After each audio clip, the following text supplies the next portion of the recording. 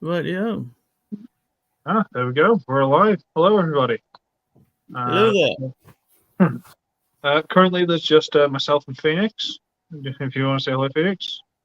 Hello there. My name's Phoenix. My channel is called Phoenix. My Instagram account is Phoenix101.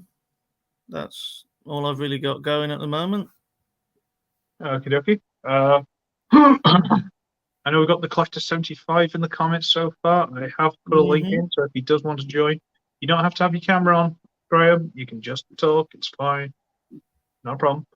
I'm trying to drag Anthony from H&E Toys, I think I'm going with, because he's split them all up now. Yeah, I remember him saying about that.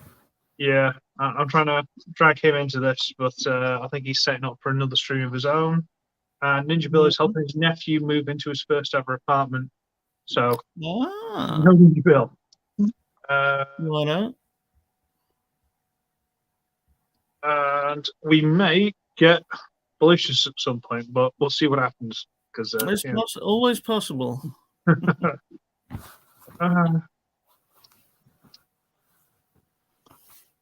Okay, sorry, chasing people up. Okay. All right.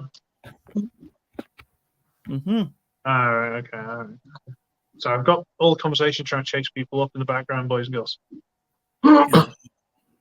Okay, so should we just have a look over some new figures and stuff? Yeah, let's do it, man. Okay. I think the one that we're both the most excited to talk about is, of course, the thing I shared today, being the possible leak of Crasher. Yeah. It's an odd one. It's an odd one. If people haven't seen this, it's on my Facebook, it's on my Instagram, it's around. You can find it. It's an odd one. It's basically the Earth version of Siege Mirage. Yes. Painted in the Crasher colours, quite good Crasher colours, but with a Crasher the head. colours I haven't got a problem with, really. It's questionable. It's not. I mean, like you said though earlier, I mean, it could just be a digibash, which I think is likely, honestly, because they can't leave that head like that. I don't think. Yeah. Tell you what, I'll see if I can post a link in the comments. See, I'm trying to be all connected and know what I'm doing. I'm not. I haven't got a clue what I'm doing. Right, okay. That's share. Just let me copy the picture. Right, okay. There you go. Copy. Where are we? Live chat. Okay, great. Paste. There you go. So that's for anyone who's wants to join along. Trying to keep track of everything. Excuse me. Ninja Bill sent loads of messages. I don't think he realizes the stream started. So thanks for that, Bill. But yeah, this Crasher picture. I mean, if it's all we're going to get, I'll take it, and I'll take it with pride. But I think they can do better.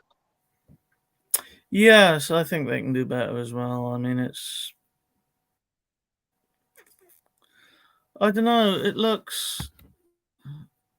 It's not half a job exactly, but I think given a hood that was such a big part of the look of the character in the show, that I think you need a structure. I don't think you can get away with just painting it, honestly.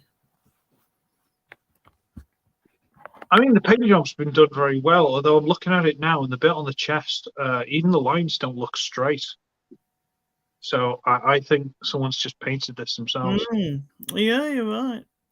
Yeah, it's and the feet look kind of strange.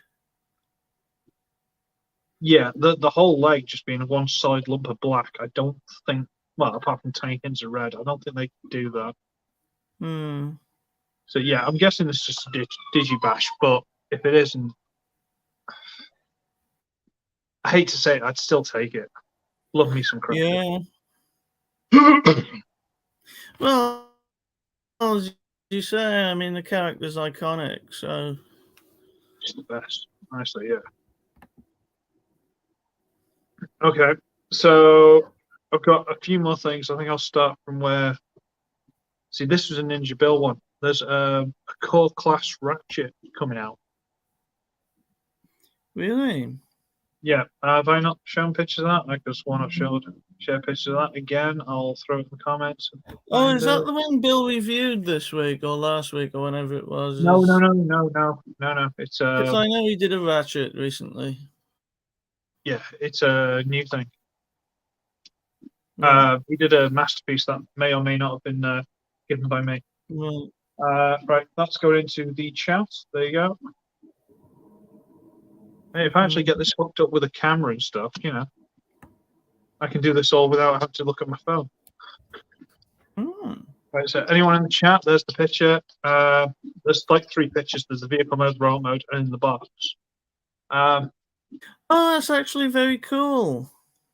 Yeah, I mean the chest's a bit questionable, but other than that, it's not bad at all. Yeah, it's a bit square, but I mean, for a core class, it's going to be like yeah, this kind of size. It's not going to be big, yeah, but it's not bad. no, not at all. And obviously, Ninja Bill's going to buy it because he loves Ratchet. But... Yeah. So does that mean they're going to do Ironhide as well? More than likely, yeah. Because well, what's the point of having the mold if you don't milk it for its worth? Yeah, I guess.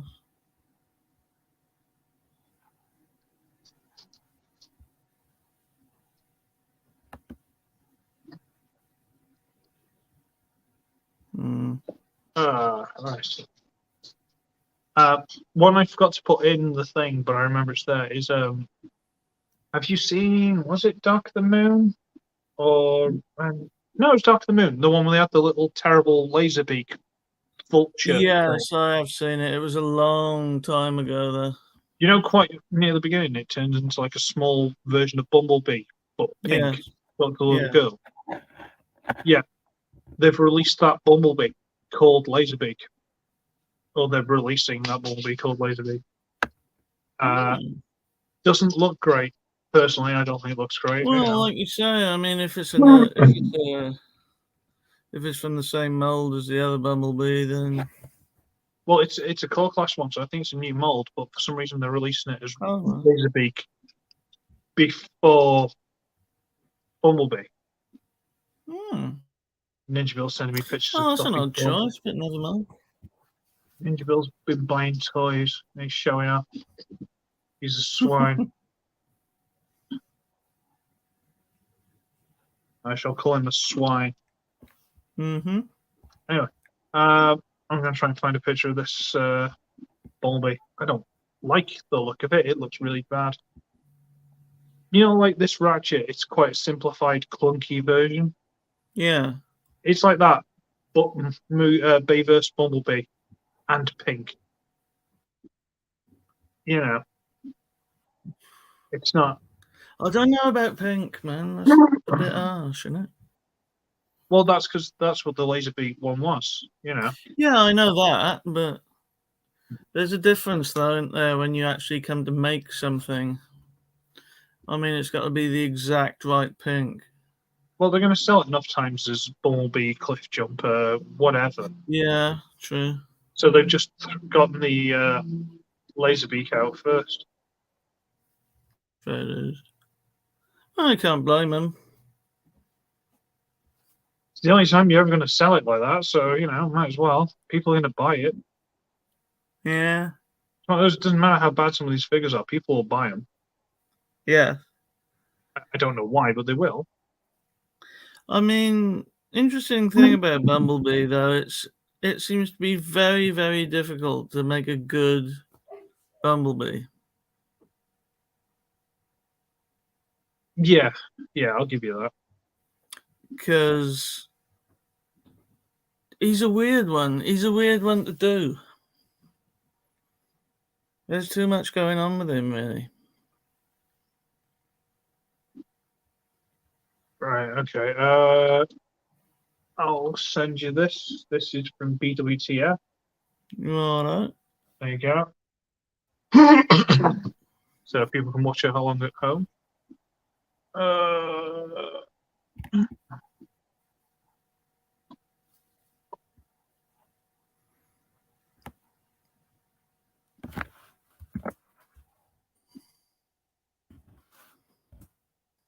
Was it? There it is. Yeah. Ah, yes, here we go.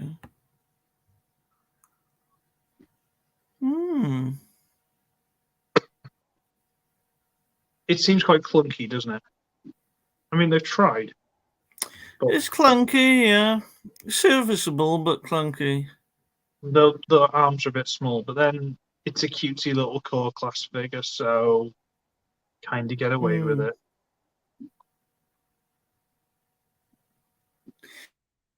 Again, I'm just looking at the pink. They haven't done bad. I'll say that. It's just bordering on metallic. Just that slight hints. I mean, why didn't they go for metallic rather than come that close to it? It's probably more expensive for the plastic, to be honest with you. Yeah, probably. Okay, Ninja Bill's getting back to helping his nephew move. So he's saying hello to everybody who's watching. Hey. He's just showing off all his figures. Bought a load of little Gundam Infinity figures. He's got Studio Series 86 Perceptor, Studio Series Bulby Movie Brawn, a couple of Power Rangers things. He's showing up.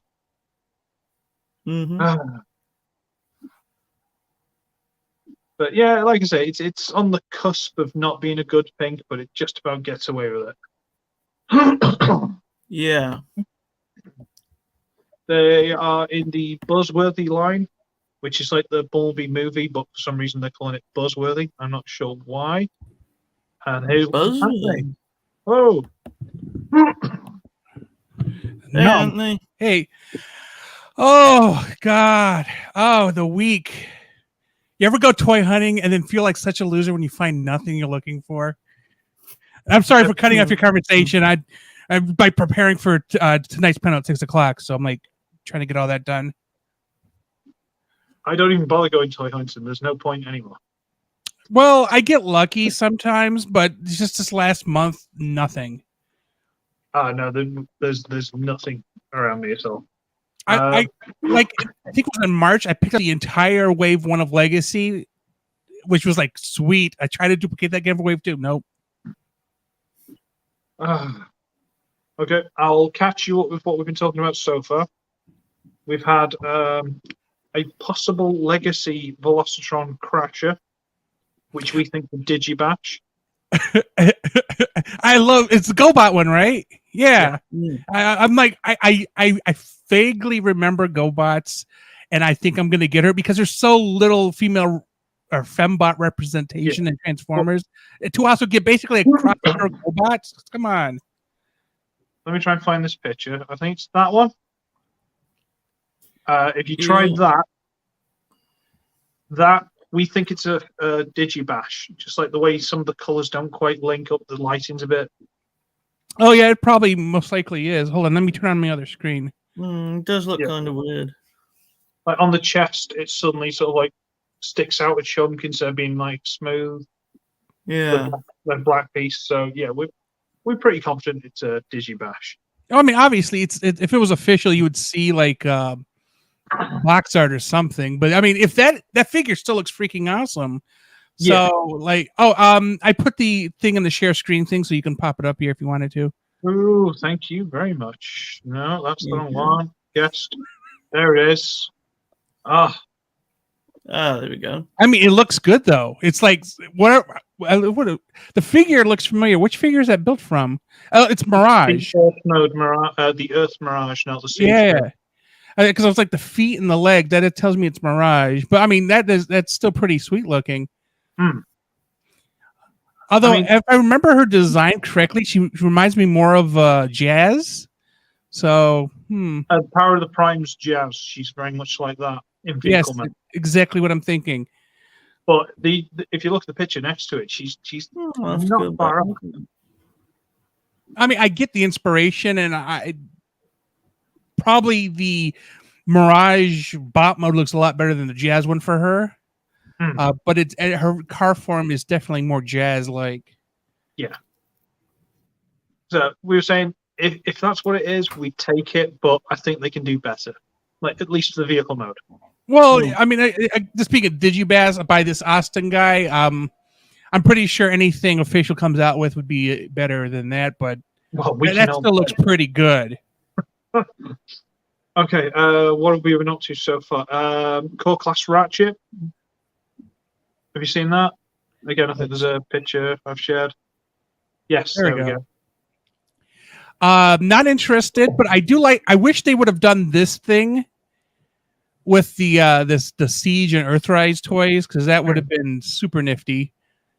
Like you saw Lazy Eyebrow, he just painted the American Red Cross symbol on his, but I wish they would have thought about this symbol back when they created the original toys.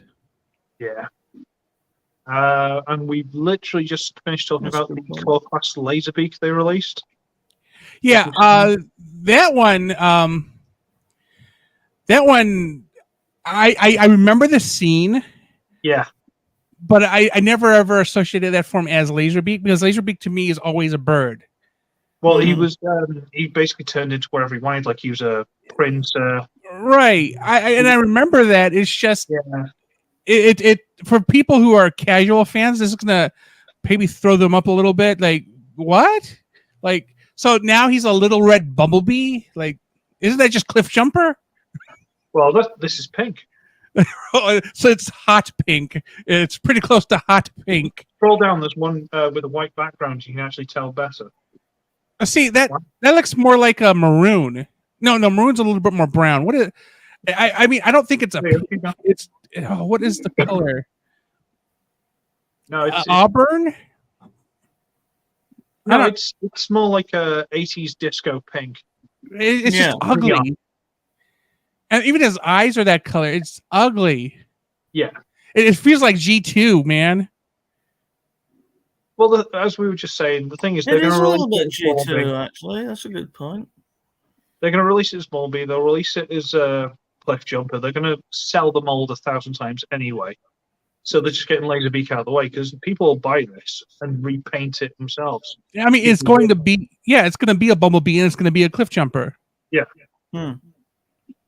People, I don't know why people do that. They think, they're going to get the official one about a week later, but they'll paint it themselves. Yeah.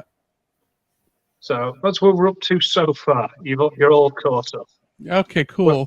Where's my little list of figures? Buzzworthy Pterosaur. I'm not sure if I've got a picture of this lying around. It's basically the Kingdom Pterosaur, I think, with cartoon accurate colours, released in the Buzzworthy line. I saw a picture of it. I think it was on T-Formers. Give me a sec. It could have been on mine if you keep clicking. I think I got it as well. Oh, did you post the link somewhere? I don't see it. I think I posted in the pictures, I think. I see the 3 I've already done. Yeah, I did. Hang on, let me copy, chat with you, paste, send. Look how good I am. If I got a webcam, I could set this all up properly, but I'm lazy. I was playing with OBS during the week as well. Well, see, now we're talking about OBS, but I would say also check out XSplit. I actually prefer XSplit Broadcaster. It's just a lot easier program to manipulate. It basically does a lot of the work for you, which is really great. Yeah, I think I'd mainly be doing it for like recorded videos, like my Certoise video that I do every now and then. I'd be doing it more for that, but I'll have to investigate. But yeah, this is more cartoon accurate. I feel like his head's going to be missing on some of them in store, just like with Silver Streak. Plastic. Just tear his head off. See, I'm not sure this is something that we've come across over here yet. This no perspex thing. Yeah, I don't. It's like it started with what was the Space Jam figures were the first time I ever saw toys without heads on them. Like people were ripping off LeBron James heads because whoever company is handling that stopped doing plastic covers too, to quote unquote save the environment or whatever.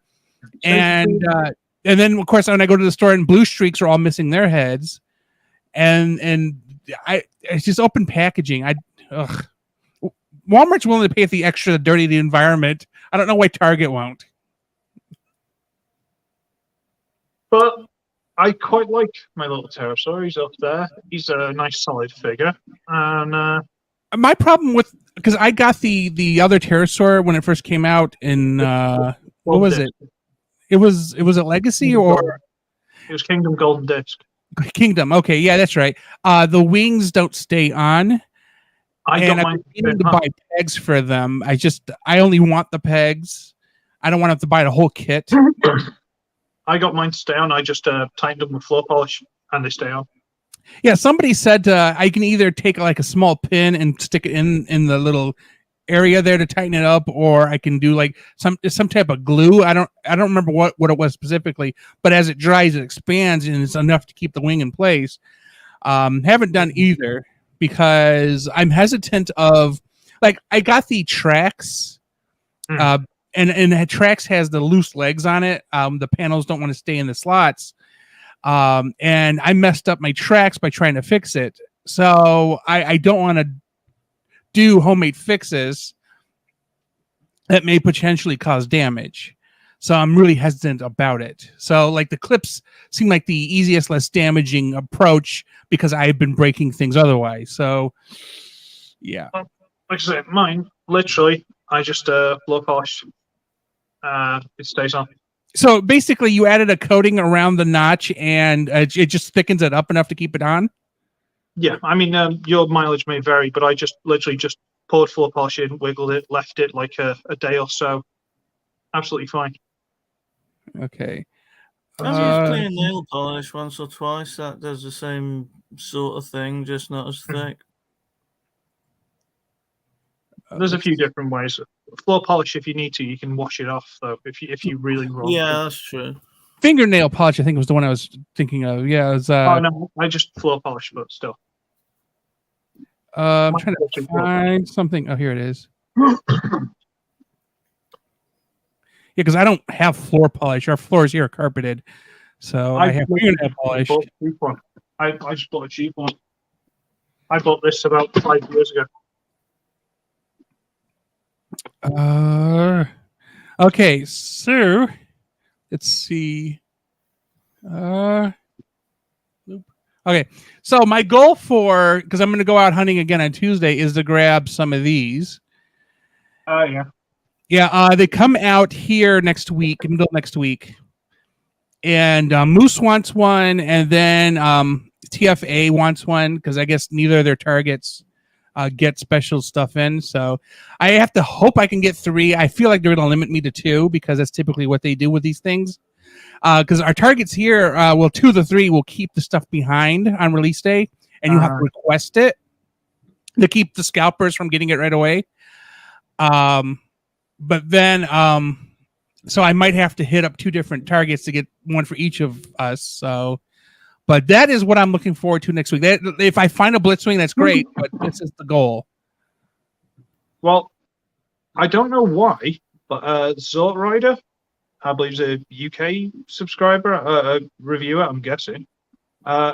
He's selling the Scorponok from that set, £25 in the UK. I feel like the money card on this box here is obviously Goldbug. But everything he's else. keeping Goldbug. That's the point. He's keeping Goldbug. He's selling the Scorponok. Yeah. I personally am keeping Goldbug, Ransack, and Skywasp. Scorponok, I'm actually going to sell with the Toy Accurate Black Arachnia, the from Worlds Collide, also from Worlds Collide, that Bumblebee. And I think there's one or two other figures that I want to from previous group packs get rid of, and hopefully I can get rid of it for. And I think there's gonna be 5 figures for $75 US. So I'm kind of hoping I can just get rid of all of that and keep the 3 I want out of this one. So this is after we talked you into keeping Goldbug, then. Yes, I told Moose, I was like, hey Moose, I think I want a Goldbug. He's like, well, you're not getting mine. I'm like, I know. I'm just gonna get another box and I'm gonna keep what I want and sell the rest. Okay, so. It's just I keep thinking about it. It looks too good. He matches the Throttlebot too good. Just yeah.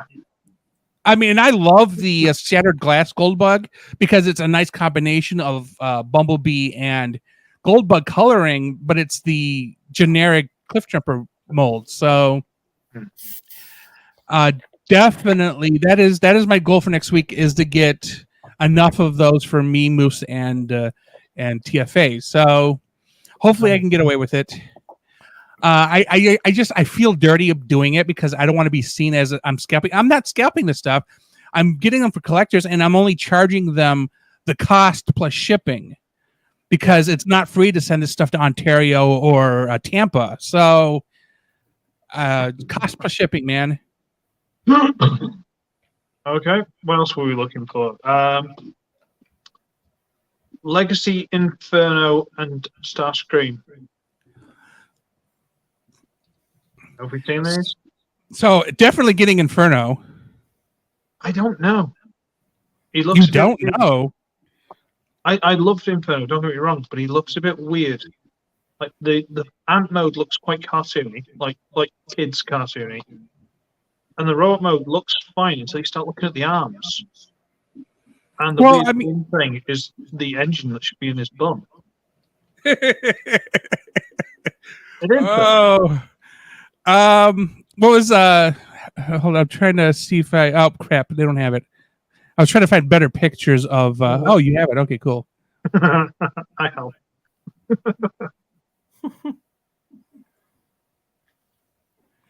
Yeah, I mean despite the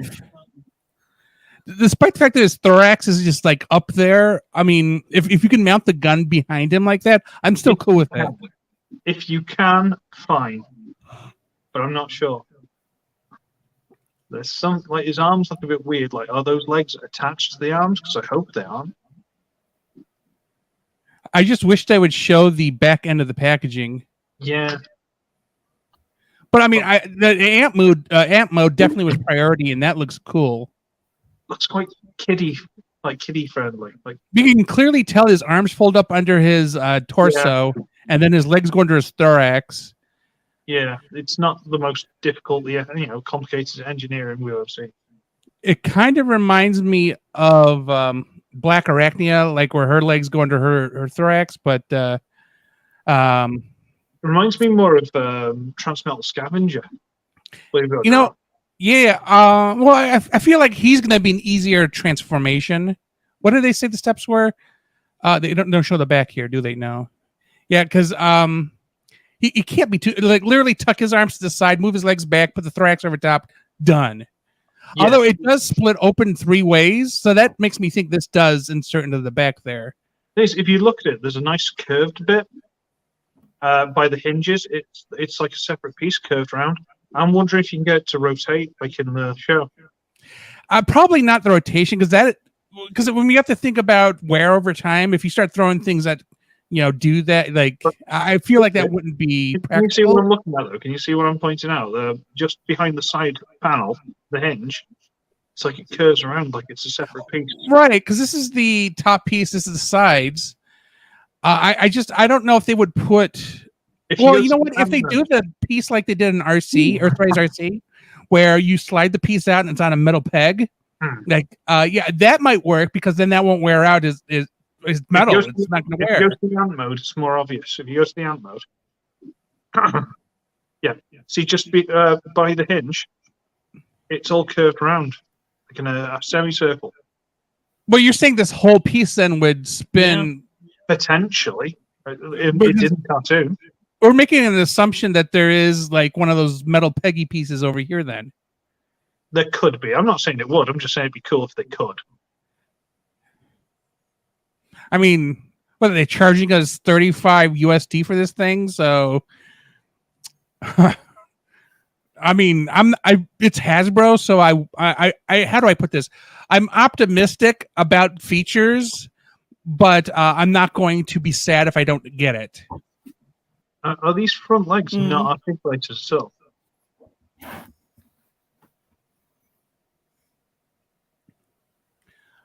Although the texturing is awesome. Hmm. Although I was when I was doing the review for Buzzsaw, do you feel Waspinator, his eyes are really good, just real nice texture on there. Yeah. It is very nice. And then we got the Armada Starscream.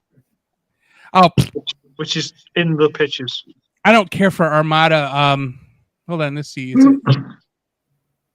I think it's the other one. No, that is gross. Let's not do that. I don't know what pictures. Oh, there it is. Okay, cool. He is going to be. I feel like he's going to end up being a recolored for. What's his face from? Not Headmasters. Master Force. I feel like he's going to be oh man, the name is escaping me. Something Hawk. Yeah. Metal Hawk. Metal Hawk, yeah. I feel like he's going to end up being recolored into Metal Hawk. There's a listing for that. Thing is, I thought this was just the Thrilling 30s figure again, but this is apparently a Voyager, and apparently he's different. I never got the Thrilling 30s stuff. Yeah, because some people were saying that this little joint here means that if you tap this or something, the little gun's going to flip out, like in the Armada figure. So I think that's interesting because they rarely do those type of gimmicks on modern toys that aren't the. Well, I mean, technically, Legacy, War for Cybertron were the collector's lines, and like the Cyberverse and RID lines are the toy lines. So it's rarely that they do gimmicks like that, but I would be interesting to see this flip out because I mean, obviously there is the proverbial space for it, and that joint makes sense there. That little fin sticking up. If you actually look inside the yellow piece, there's a hollowed out square where that would fold into. So these guns clearly fold over the top, right? And then spring. And then, unlike the Armada one, when you form bot mode, these actually fold downwards, so they're not just sticking out like. It's a lot better. Yeah. So, so that's probably how it's packaged in here. The wings, the packaging are entirely upwards in the box here. That's going to be a little bit of a pain to get out of the box. But yeah, Metal Hawk comes out.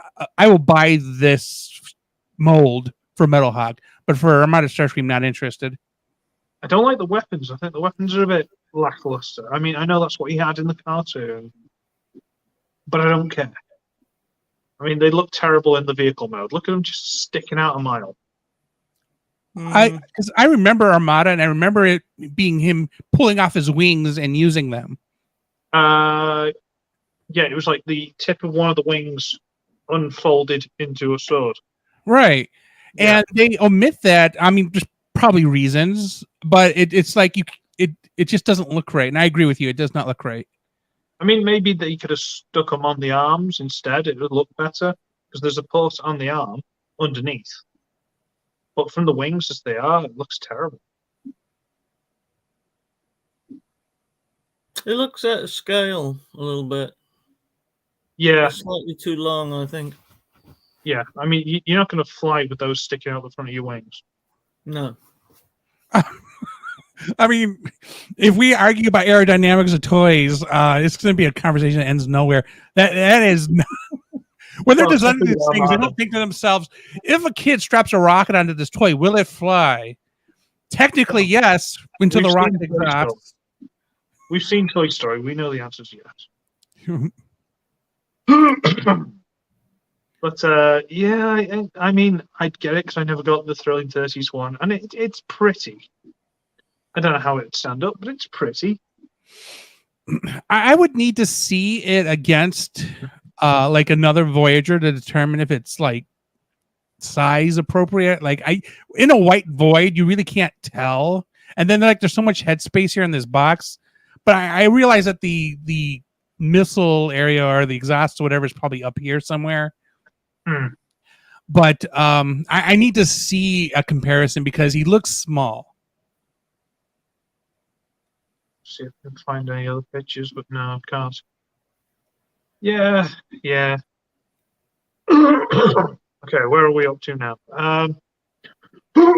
Sorry, my throat's gone terrible since I typed in the video. Core class Rumble, and he's blue. Ooh. Is he on these picture carousel? No, this is just the listing. I've got no picture for this. Oh, by the way, anybody who's watching, you want to play some Yu-Gi-Oh? I'm no good at it. Go. I friended you. You friended me, so we're friends now. Yay! We're friends on Pokemon Go anyway. So I rarely play Pokemon Go. Whenever I get codes, I hand it off to Nathan because he gives me Pokemon TCGO stuff, and I give him Pokemon Go codes. Core class Rumble. I already have the entire set of cassettes from War for Cybertron, so it's really hard for me to double dip. But my understanding is the core class Rumble comes with the pile drivers. I would be led to believe he'd go with the Bulby movie Soundwave. I believe, like the Ravage, I imagine he'd go with him. He looks. I need to see a picture, but it looks like he was made for the Legacy. Are there any pictures? Soundwave. I haven't seen pictures of it. Let's have a look.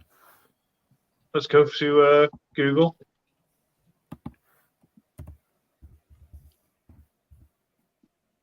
Not any official ones.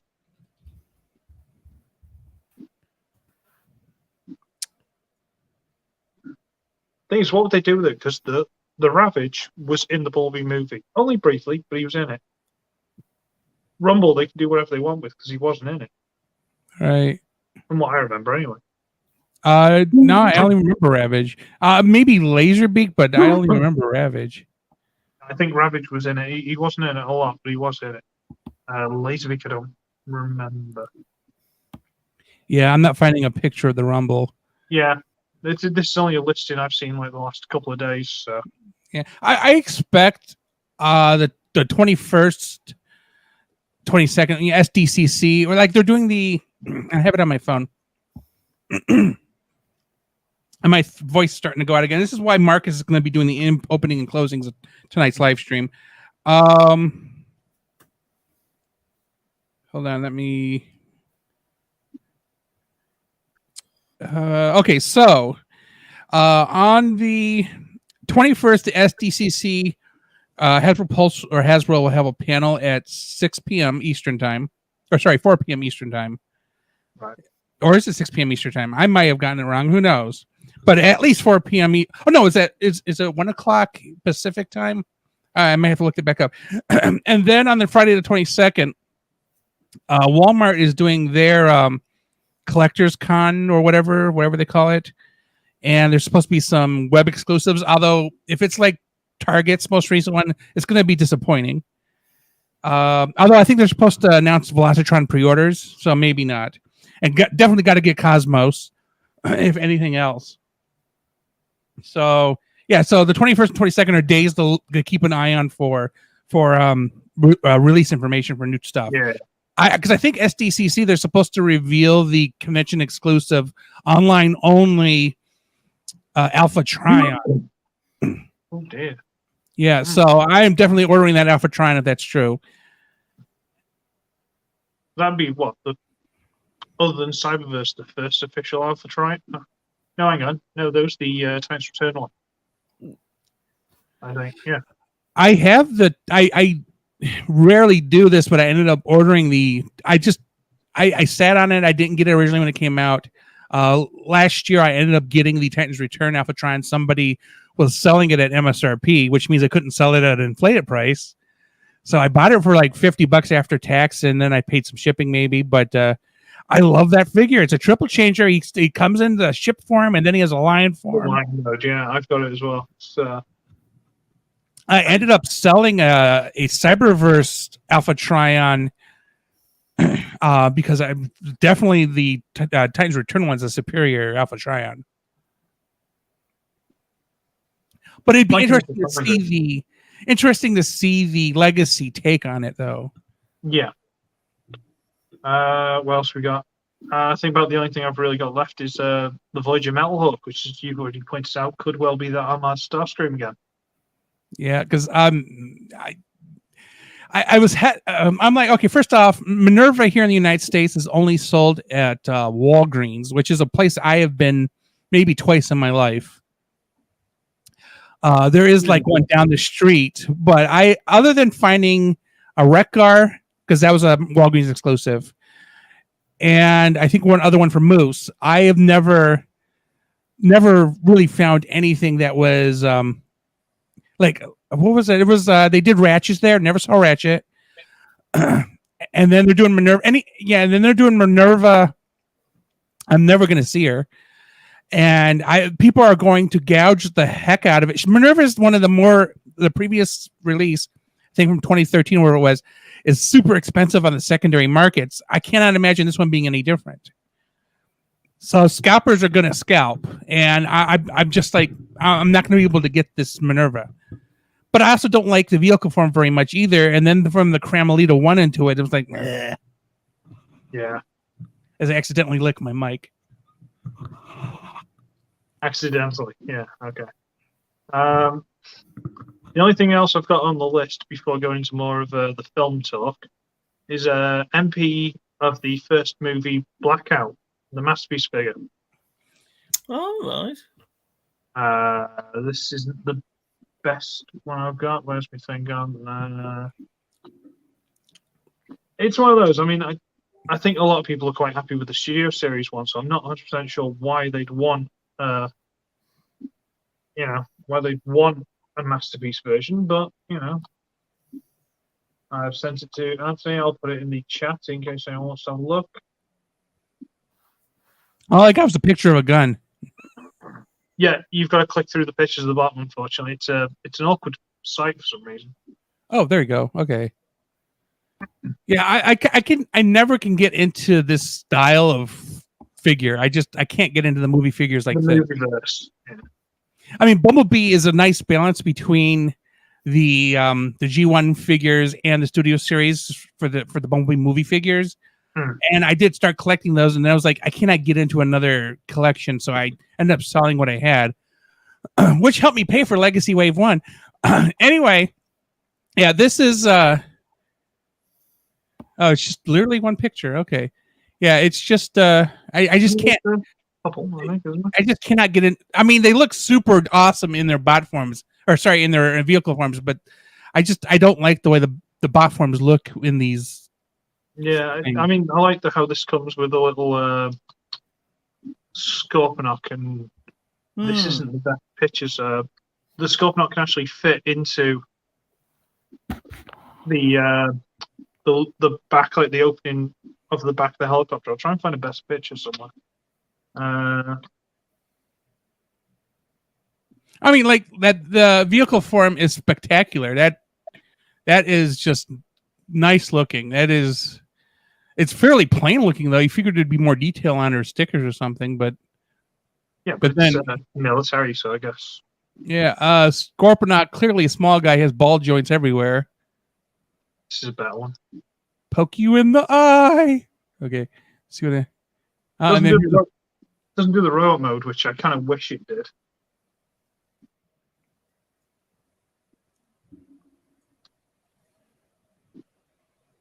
Ah, okay. This is a bit better.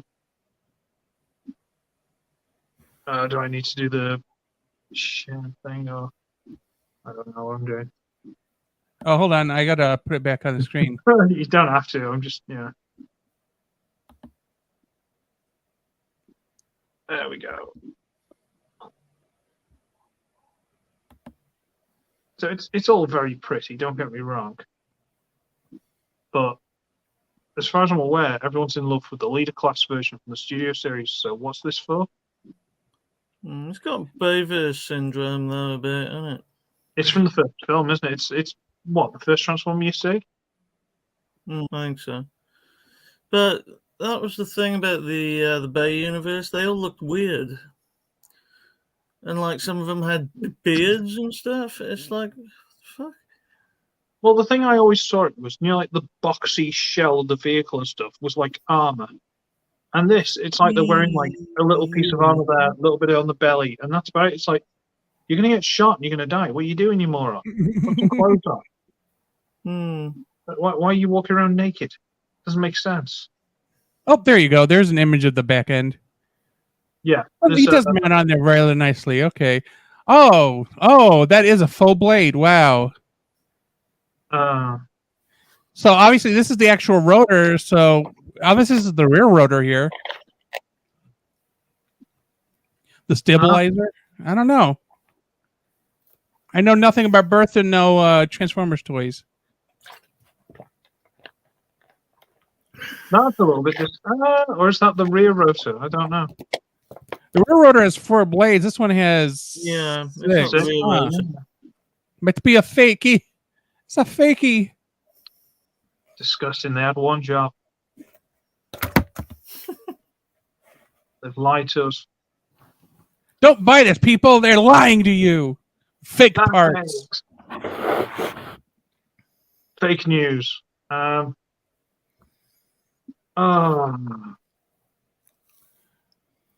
it's no. Sorry. From what I've seen of the Studio Series version, if I was going to get one, I'd get that. But if I was to buy any Masterpiece figure, it would be probably the Combiner train, because that looks spectacular. God, that costs money though. That's a oh lot. Yes, it does. But I mean, if I was told, here you have $1,000, you have to buy a Transformer, a Transformer Masterpiece, it would be those trains, because that is just so cool looking. Masterpiece Victory Leo.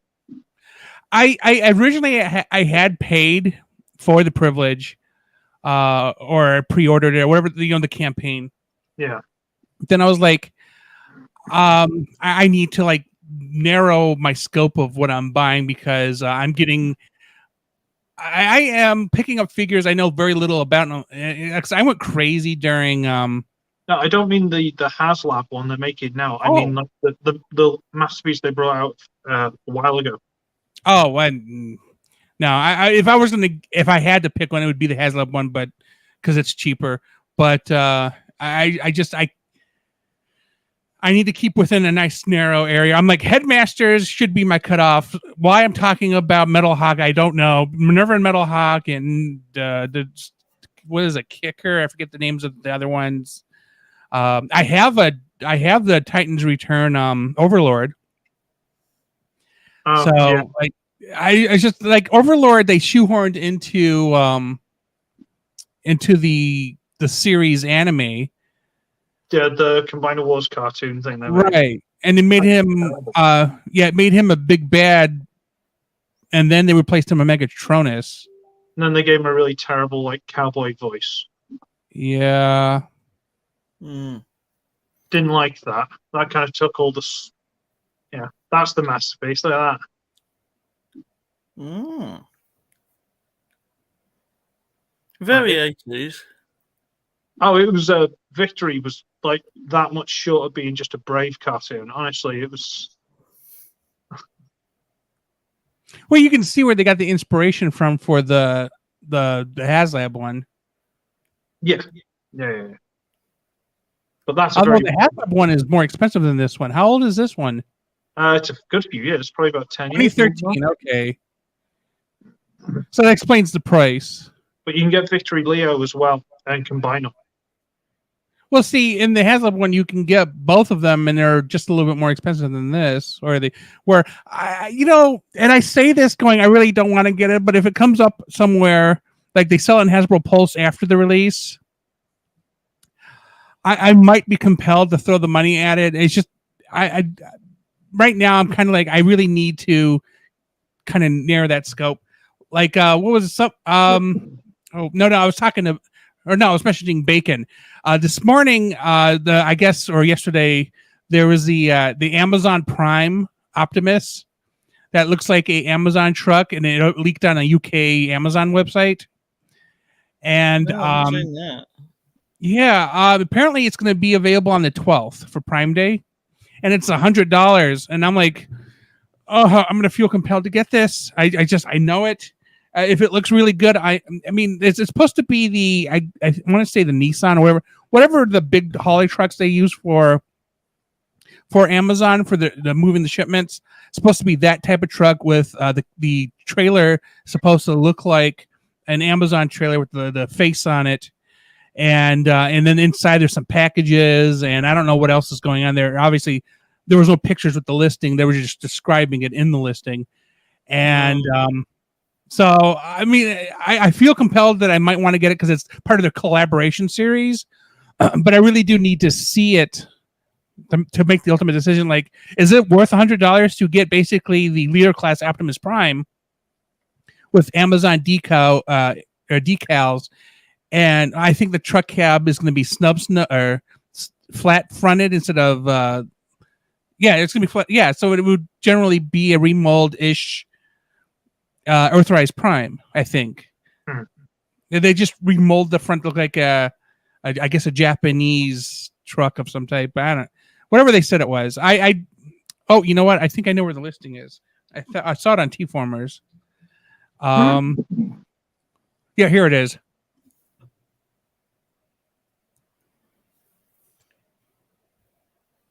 And then they go through all this explanation. Yeah, it's Amazon Prime, 2-day shipping, blah, blah, blah. Inspired by the Amazon Prime truck. Volvo, that's the word. Volvo, not Nissan or whatever. Volvo is like German, isn't it? 37 steps. It's inspired by Amazon Prime delivery. It comes with his iconic ion blaster, a matrix of leadership, 2 packages, and then it gives you the generic, here's all this crap. But yeah, it's listed as $70 USD. That is more palatable. Oh, this must have been on the Australian site, but yeah, $102.51 Australian. Actually, for $70, I might have less reservation to get it. I was going to say, I'm not a fan of the HasLab stuff. Like, Hasbro's got enough money. We shouldn't have to crowdfund figures. I feel like Amazon could afford to make this $50 because they're the ones exclusively selling it. Yeah. But then again, it's why are they charging $100 for a Megatron G.I. Joe crossover? So again, Hasbro owns both of those, and they're the ones selling them. Because there are people who will buy both, so you can sell to both sides. Yeah, it's like, oh. Well, that's all the toy stuff I think I've got notes about for now, unless there's anything I've missed. Toy related tonight at 6 p.m. or Eastern, 11 p.m. Is Greenwich Mean Time, or for you in the UK, 11 p.m. Whatever it's called. We're doing on the TFR channel, Transformers Reviewers. We're ranking the figures from G1 from 1984 to 1985. It takes about 2 hours ish. Target 90, but there's a few listings. And I realize as I look at the panel for tonight, most of them weren't alive in 1984. So it'll be interesting to see their takes on purely the images. But Phoenix was around in 84, weren't you? Yeah. I was born in 84. Phoenix could help you out. Yeah, I don't imagine your parents were buying you Transformers toys when you were a toddler. Sadly not. Probably not. I remember because I still have them. My first Transformers toys were G2 Optimus, the Throttle Bots. I think during prior to the end of the series, I think I had Scattershot and Skull. No, not Skull Crusher. the Seacon's leader. For some reason, I keep forgetting his name. What? No, Snapdragon. Snapdragon. No, it's not. Yeah. No, it's not Snapdragon. Snapdragon's a triple changer, right? Is it Snaptrap? Snaptrap. There you go. That's the first thing I said. Sorry, I corrected myself. I was wrong. Okay, yeah. So I mean, like for the longest time, those were the only figures Transformers wise I had up until I think RAD 2001. I grabbed both Optimus Prime and Ultra Magnus because they combined. Yeah. And then somewhere in between Beast Wars, I grabbed Optimus Primal and Transmetal Megatron. Transmetal Megatron GPS so bad that during a video, he broke apart as I was transforming him. So I glued him together in dinosaur mode. So that is all he is now. Somebody is actually releasing, and actually I saw that this morning too. Oh, that's not it. Here we go. I was looking at this thing and I was like, well, damn, that is spectacular. The thing is, he's not scale. He's like bigger, but he looks so good. See, that was a really weird figure. Like, why would it's like someone went to like their child and goes, "Okay, what's cool?" He goes, "Oh, dinosaurs. Okay, dinosaurs. Robots. Okay, and roller skates. Okay, and those little helicopter things. Yeah, look, VTOLs. VTOLs are okay. So we have a robot dinosaur with roller skates and VTOL. He was a very strange figure. Very strange. Even the design, like what? I'm just hoping. Yeah, I'm just hoping that Hasbro releases. I mean, because I know they're doing the Dragon Megatron, but I mean, he looks cool. But I was never a fan of the Dragon Megatron. I was a fan of this Megatron. The Dragon mode was very busy. There was too much going on. Yeah. Also, the problem with I was like Beast Machines. He ends up taking the wings and folding them around himself. Yeah. But it's essentially the same form anyway. Yeah, but that was they just simply reissue the Beast Wars one as the Beast Machines one anyway. The Beast Machine one was only a Voyager. The other one was a leader class. Really? Oh, well, okay. I don't know where my brother got it from, but I had a Cryotech, the blue thing. Apparently, it was like quite rare. I don't know what I did with it. But the original was a leader class, and then the Beast Machines was a Voyager or Mega, I think they were called back then. Yeah. But this one just looks spectacular, and it's probably super expensive. But that's yeah. It is. Well, it'll be pricey. Well, look for it when it goes cheap on Certoys.com. Because here's the scaling. Like, he is so much bigger than the modern leader classes. And then here is the Dragon Megatron. He's about that scale, and that is just too big. I'm not sure that's the original Dragon Megatron. It might be, but I don't know. If it isn't that one, it's this one here. But either way, he's huge. Because here is Transmetal Optimus, Transmetal Cheetor. Here is the Jurassic Park one, JP93. Here's this might be the original one right here. Man, he's small if that is.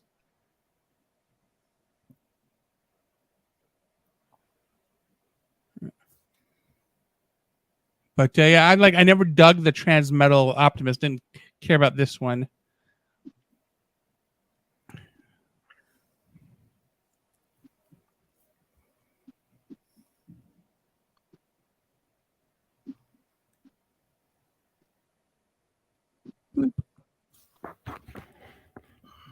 Yeah, I had the Beast Machines.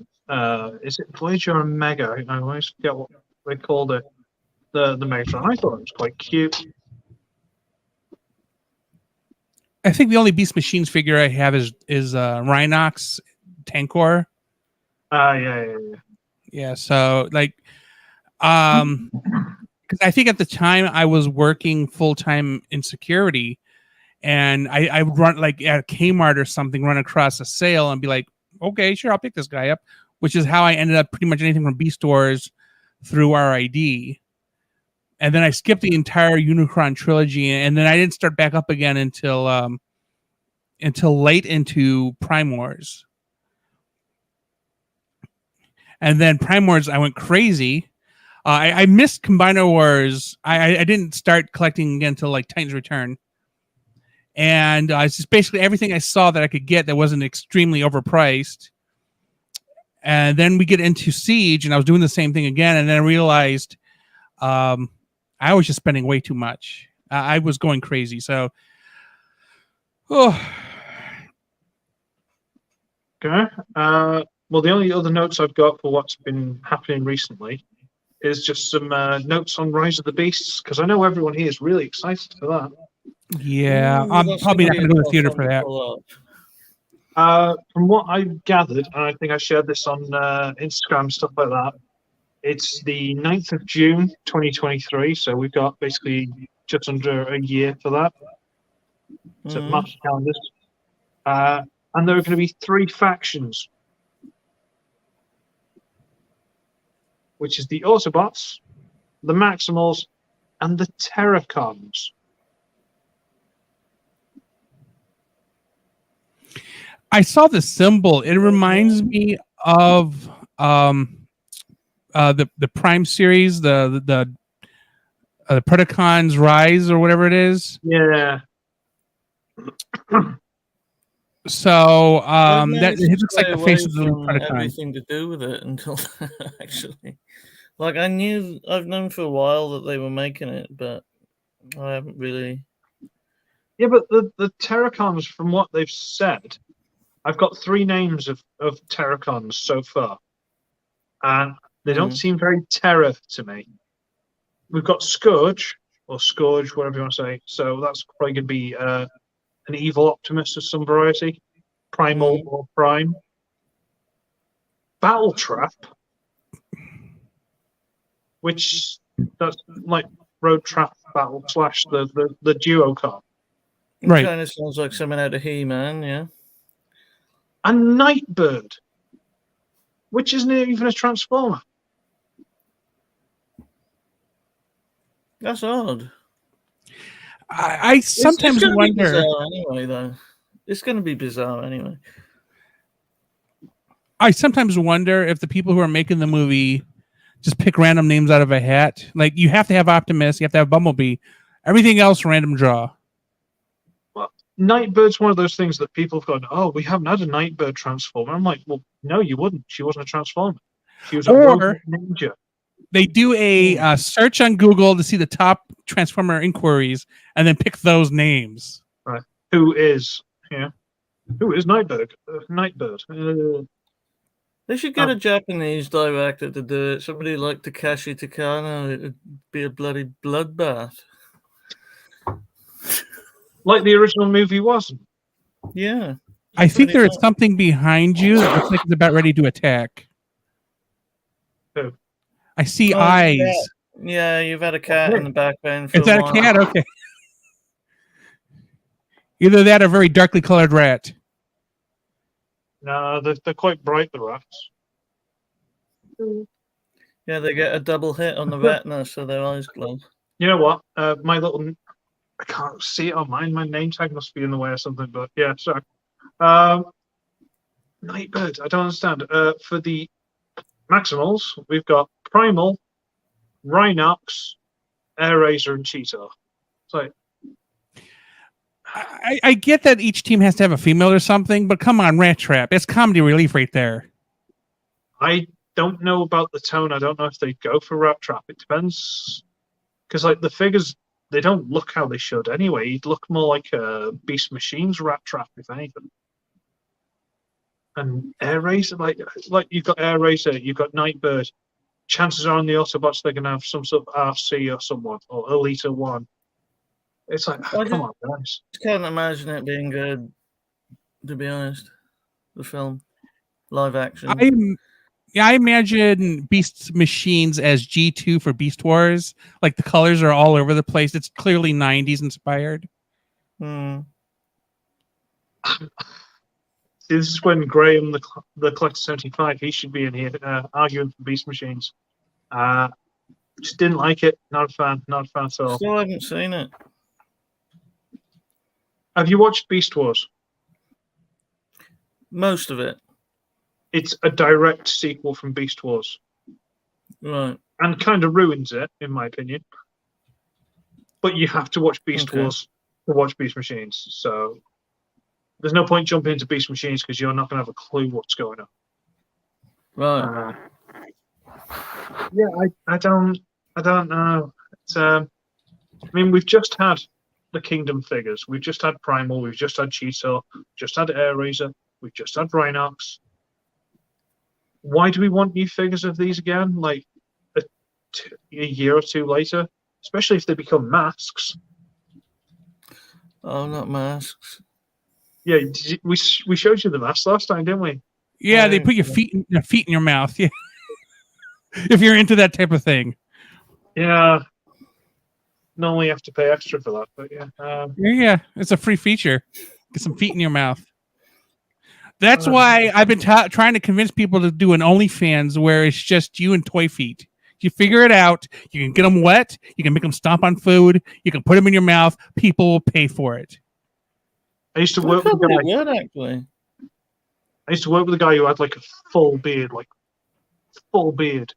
and he used to like reheat tins of like soup and stuff for his lunch in work, and every now and then he'd drip it. I'm like, you should put that on OnlyFans. Just like spilling soup and stuff into your beard, just like in slow motion and shit. Yeah. Just, people pay for that. Eat sloppy. That is a thing. Apparently, I learned about it last year. There's a market for anything. Oh, like Brazilian vomit porn was the other one, wasn't it? Where they drink these bizarre coloured liquids and throw up all over each other. I knew somebody in college that was into that shit. Yeah, no, thank you. No, it's a bit heavy. Well, I'm going to abuse the two of you while you're here because I don't know how much longer we're going to have you for, Anthony. If you've got to prepare for your live stream or... in about 23 minutes, I'm already sending out reminders as you guys are talking. So I'll tell you what, we'll make I'm talking to Marcus right now. He's practicing his script. So I'm like, yay. I doesn't really need practice, but if you need to be professional, that's fine. I am nowhere close to professional. Yeah, that's why this works. Tell you what, I'll abuse you for these 23 minutes. We'll call 22 now. We'll call that a nice soft cap for the stream. I'm trying to put together some sort of like a hit list for TF Nation figures to look out for. And because if I go in there with no idea what I want to buy, I'm going to look at all stores and go, maybe I'll come back to it later, and I'm going to miss everything. Oh, I hate FOMO.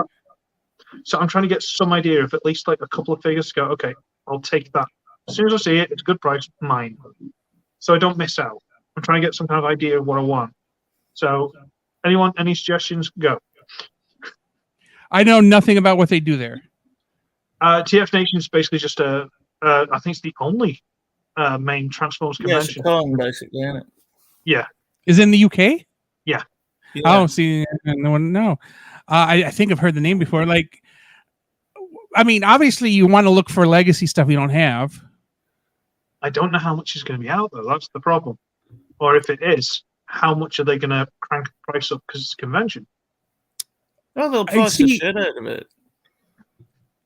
The last convention I went to was in 2019. It was Pokemon. So I bought my brother a shirt. I spent like $100 buying cards and stuff and playing games. And I'm trying to. The prices weren't too bad, but in this case, Pokemon run the convention. It was part of their championship series, so they don't really gouge too much. Prior to that, it's been a while since I've been to a convention. I cannot remember the markup. It's just I know that some of them are crazy. Well, if you got captive audience is what they call it. Any recent figures that aren't ridiculously expensive that you would say recommend, get it if you can? Well, again, legacy, but anything like Earthform, Earthrise, in Kingdom. Like, if you're not into Beast Wars, forget that. But I actually do like the Earthrise Ultra Magnus, or Kingdom Ultra Magnus, I should say. So I like it. The arms stick out too much, but I got Siege. I was actually given Siege, and then I got an oversized one from Certoys. yeah, That's pretty. I proposed to Fire Talks to create a. So on the back of some semi trucks here in the United States, anyway, behind the cab is a toolbox, a lockbox. Typically, it contains the tools they would need to mount the trailers, etc., or whatever. I proposed to Fire Talks, why don't you create a cover, 3D print a cover that it mimics the look of a toolbox that covers up Ultra Magnus's arms. It wouldn't be in the way of the transformation, but it would cover them up nicely and give them a modern, truck look, on the back there. I think that's you just 2 pegs, one goes in each hand, and it surrounds the hands. It hides that bit of kibble. Clever. Yeah, it's not so bad on the Siege one because the cab sits that little bit further onto into the trailer, so it covers it a bit more. Yeah, and apparently it sticks out a bit more. So. Right, and either figure would work with this one piece. So I feel like it's a great opportunity to do something for those figures. But I really like that figure. I actually recently did the new episode of Starscream Ruins Everything uses that one. Other things, Dinobots. I don't know if you can see it behind me, but I got Sludge.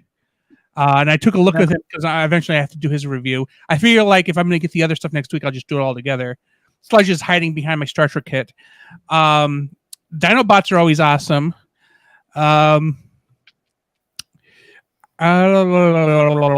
Did you get the Dinobots?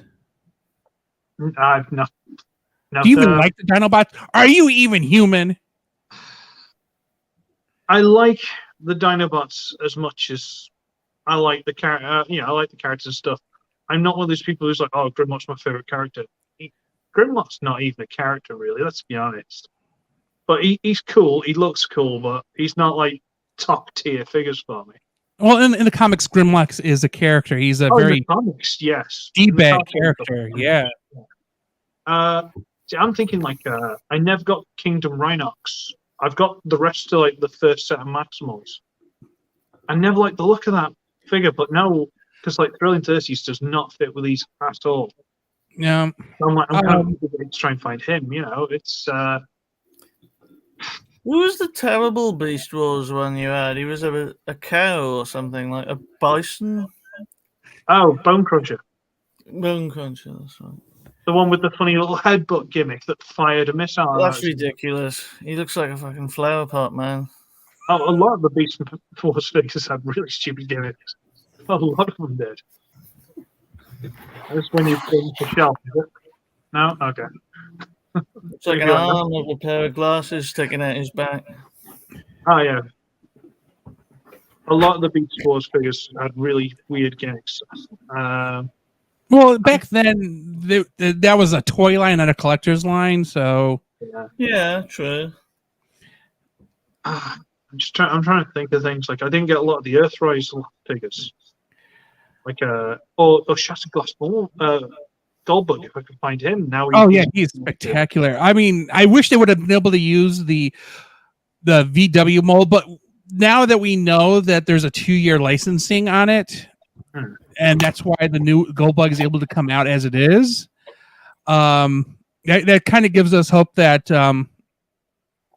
maybe Hasbro will re-release Goldbug, Shattered Glass Goldbug, in the VW form, since or actually I don't know if Hasbro has a license or Target does. I'm a little confused about that one.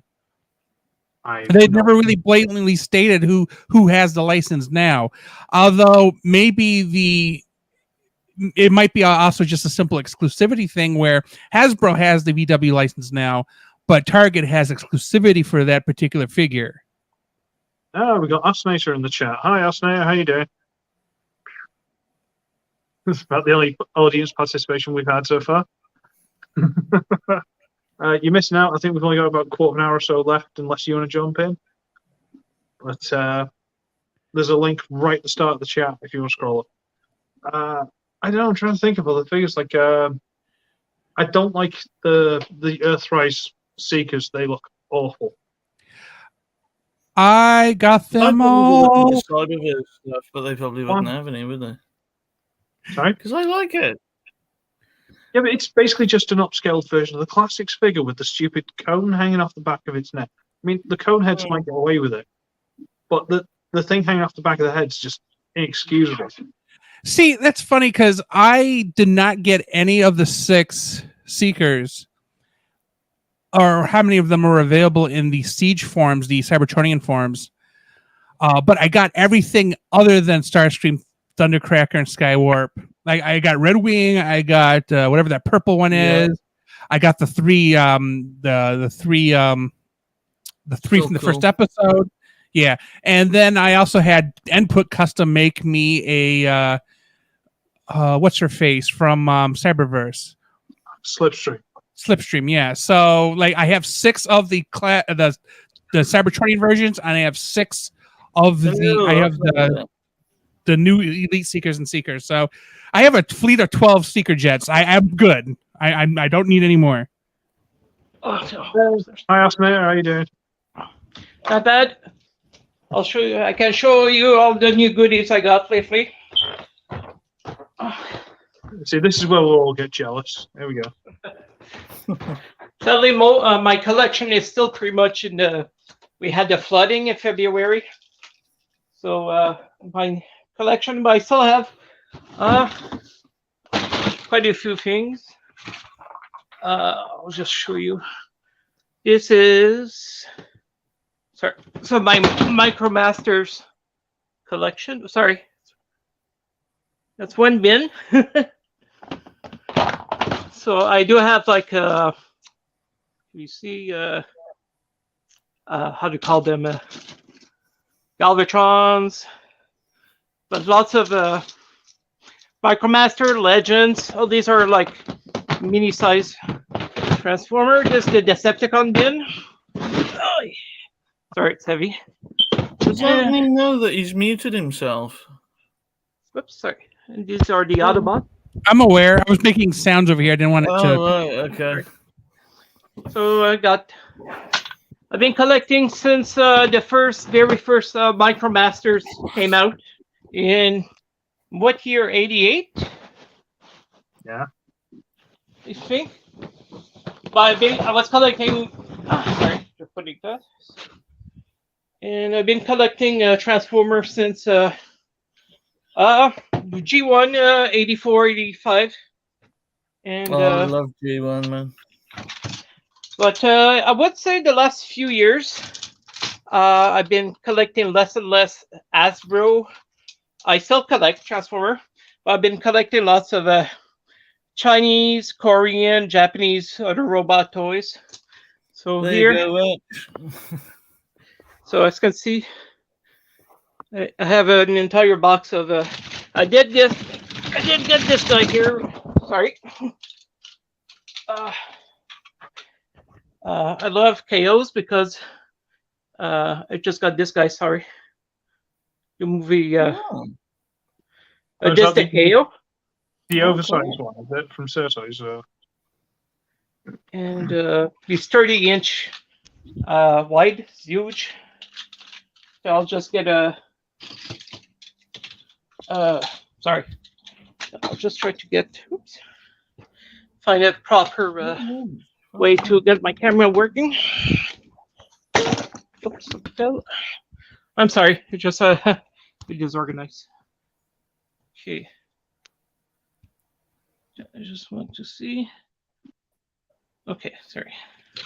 Okay, so I just want to compare quickly a Voyager. So it is the sorry, it's like this is a Voyager Optimus Prime. So you can see the size difference. Wow. So it's a biggie. And I started making a video last week, 2 weeks. I've been extremely busy with our house because we're having major repairs to our house because we had flooding and our kitchen, basement, everything got destroyed. So now we're getting. So I got this guy here. Oh yeah.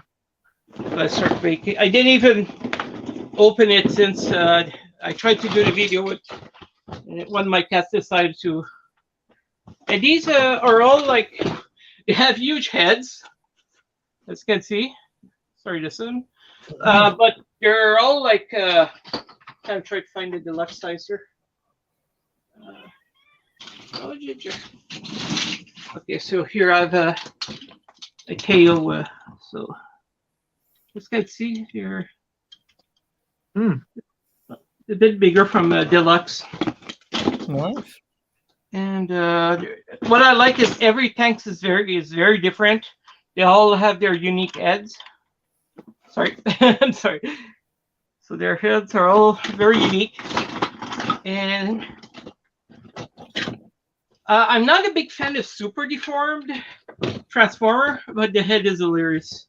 So which one's? Oh, that's kind of cool. And the cool thing, it does transform into a tank itself. Like you need to put pieces, the feet and arms, and it does become a kind of a tank itself. So I got because I was doing. So I got him.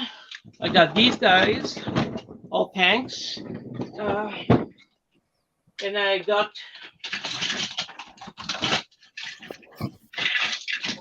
These two from I forgot the name of their Chinese company. Isn't it look something like a China mainline battle tank, something like that? Yeah, something like that.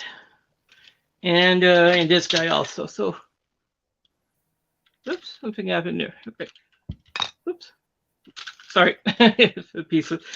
So I got a little battalion of only tanks. Because I am planning one day when my collection, everything is all fixed up. I do want to do like a comic book because I'm also a cartoonist, a comic book myself. But I do want to use my collection as a reference point, as you can say. I also got this one because I do get lots of stuff from Sir Toys, but I do get also from AliExpress. And this Optimus Prime. I got it very cheap, like $20, and I did not recognize it much. And he's die cast. Don't know if you can. Okay. And he's deluxe Voyager size. Sorry, I lost the Optimus Prime. So he's also the same price. And he's die cast. I didn't have time to transform it yet, but it looks amazing as a truck.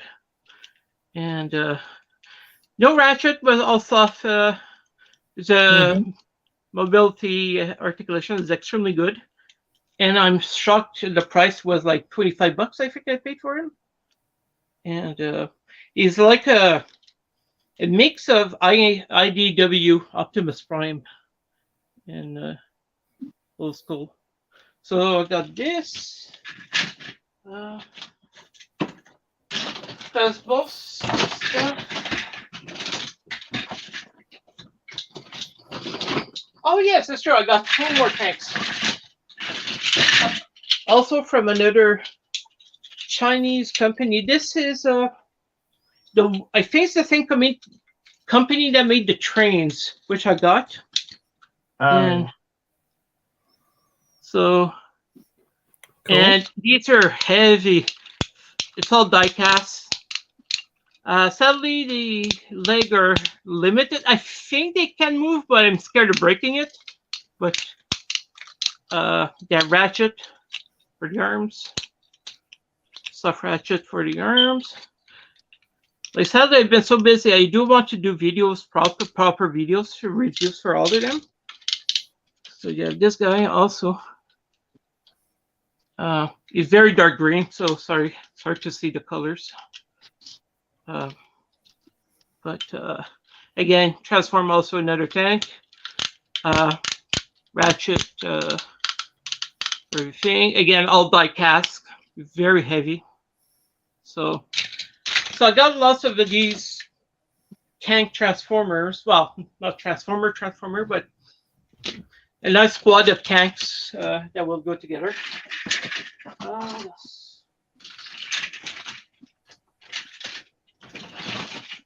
Look at this nice. Sorry, got something in my mind. This nice type room. I know one. I forgot his name. He also bought it and made a review of it. This tiger. It's really nice. Yeah, some chunky ratchets on there. Yeah, and he's huge again. It's like Voyager, so he's a leader size easily. And this guy again was only $30.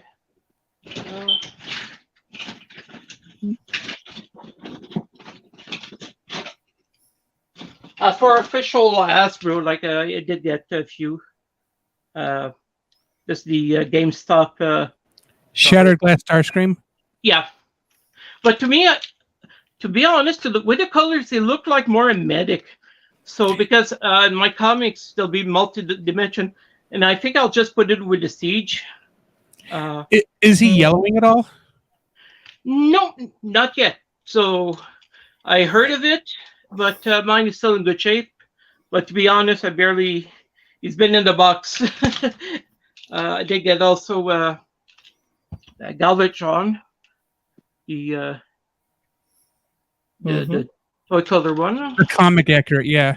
Yeah, I have the purple one, but it's in the he's in the giant bin.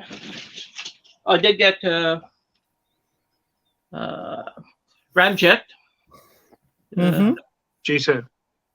Yeah. So Yeah, it looks G2. sorry, I'm just digging through the box. From Sir Toys, I got like these. These are KOs of sadly one arm is broken. I'll need to repair it. But these were almost see here. I have the deluxe side, the drag strip, and you compare, and as you can see, they're oversized, and the quality is really good. It's just me by accident. It's a little mushroom peg that broke, so I'll need to fix it. So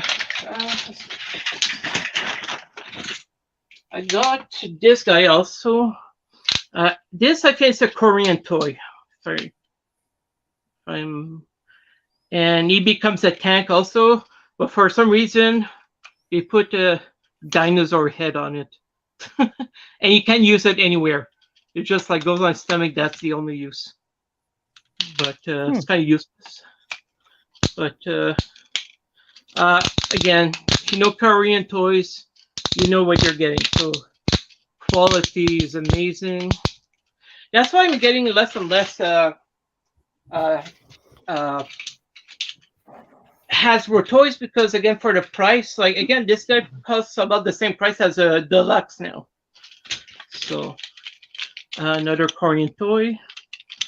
Oops, it's missing. I think most of these I got from Sir Toys in the box. Oops, sorry. And yeah, stubby arms, but still again the quality. Ratchet for everything. Some die casting here and there. Oh, I got this guy because Mr. Ugly, you'll recognize this guy. Yeah. I saw your video. I said, "Oh, damn it! I need to get him." It looks beautiful. It's a really pretty mold. It's just it doesn't hold the gun very well, and the TF wiki is he's a complete coward, and you're like, yeah, but he looks pretty. Oh, he does. Are you planning to get the blue Thunder Cracker? That's starting to go down a rabbit hole of trying to get all of them. Yeah. I don't know if I'm ready to If I see it at TF Nation, maybe. Yeah. Maybe. I was surprised. I saw this one at Toys R Us. It's a blue streak. Oh yeah. And I'm shocked how nice he is. Because I didn't get any of this mold. I have the Cybertronian version, but the Earth mold I didn't get any of them. But I saw him at Toys R Us and I couldn't resist getting it. Oh, the blue streak. And I did break down. I think I got actually almost the entire first wave of. I got them on special on Hasbro Plus Pulse. They had a big special 40% off on lots of the new what's the name of the new series again? I forgot. Legacy. Yeah, it was wave Yeah. 1, and I'd already bought everything in the store like a FOMO laden fool, and I could have saved so much money. Yeah. And I did get all the Cybertronian Autobots, Wheeljack, Ratchet, and my God, what's the name? Ron, yeah. So I got all three. Again, they were all 40%. I saw them, and here in Canada, they're like $35 plus tax, so it comes to almost $40 for deluxe. And again, if you just plan to buy only three, right there's more than $120 for only three, and they're very small, I find, but they're so beautiful. I was on the fence, and then I saw they were 40% Hasbro Plus. Also, I jumped and I got them all. And, I mean, that is the first Transformers slogan. Got to collect them all. yeah, I did get Soundwave, but I did ordered from China this little piece to make it more like a hoverboat, whatever it's supposed to be. I don't know, but with at least with this piece, it actually looks like more like a spaceship. And it was like $5, something like that. So at least like this, it does look like a spaceship for real. So even though, so again, this I got from, I did get also, I got Blaster. I broke down. I got her. I know she gets blast, but again, that 40% off. Oh well, I'll get it. She was. I think she was the only one missing from that. I got her, but I don't think I'm going to get Road Rocket. I don't know the character. Yeah, I still have the original Road Rocket, so I'm happy. He's already very articulated. I love G2. G2 always been one of my favorite, and. Same for what's his name? He's going to be with the Dino 5 fossilizer, the yellow car. Leadfoot. The G2. Like I still have my original, and I'm trying to fix here something. Well, for Blix, I'm not sure if I'll get Blitzwing. I just got recently. This is oh yeah, I forgot which company that made him, but he's a third party, and he's amazing. And he cost me about $40, $50. So I'm not sure if I'll get the leader, because I have already like 5 different versions of Blitzwing. It does look nice, the new leader, but again, the leader here are like with tax almost $100. So I'm not sure if he just worded it. So, because he's supposed to be coming out soon, and again, these are not leader size; these are Voyager size, and they added the 2 giant hand to increase the price. And I'm not sure it's worth it. If I see him on special, I might get it. One I for sure I'll get. It will be the yellow and the yellow white. G-Axis? G-Axis. Yes. Him, for sure, I'll buy first day I see it. Because I love the character in the comics. If you read I was going to say, I have a Target card, so I kind of get 5% off. So I'm okay with like buying Blitzwing if I see him in store. But so far, I haven't. Mm-hmm. Why is that? Because Targets suck in this area? We had targets in Canada, and they lasted 8 months, and they all went bankrupt. Yeah, because they tried to do an American approach to Canadian shopping experience, and it just didn't. Culture clashes. Ooh. The prices were like way higher than Walmart and any of the prices. Their stock was horrendous. Like just for Transformer, they barely had anything, and was the same stock the entire 8 months. They were open. They like it was only the stuff they got at the beginning that just stayed there. See, because Gotbot, who is in Newfoundland, whatever, he said that the target there was actually pretty good, and he misses it. I'm not quite sure what the experience was that was different for him, but yeah, for the most of the stores, yeah, it was just people associate Target with America, and they didn't do anything the Canadians would find appealing. So they ultimately screwed themselves. They bought out all of those chains and then put some original stories in for nothing.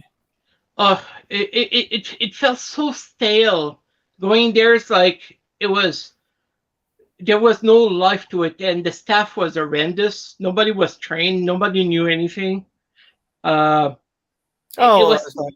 felt like you were going to a hospital or funeral home. It was so static.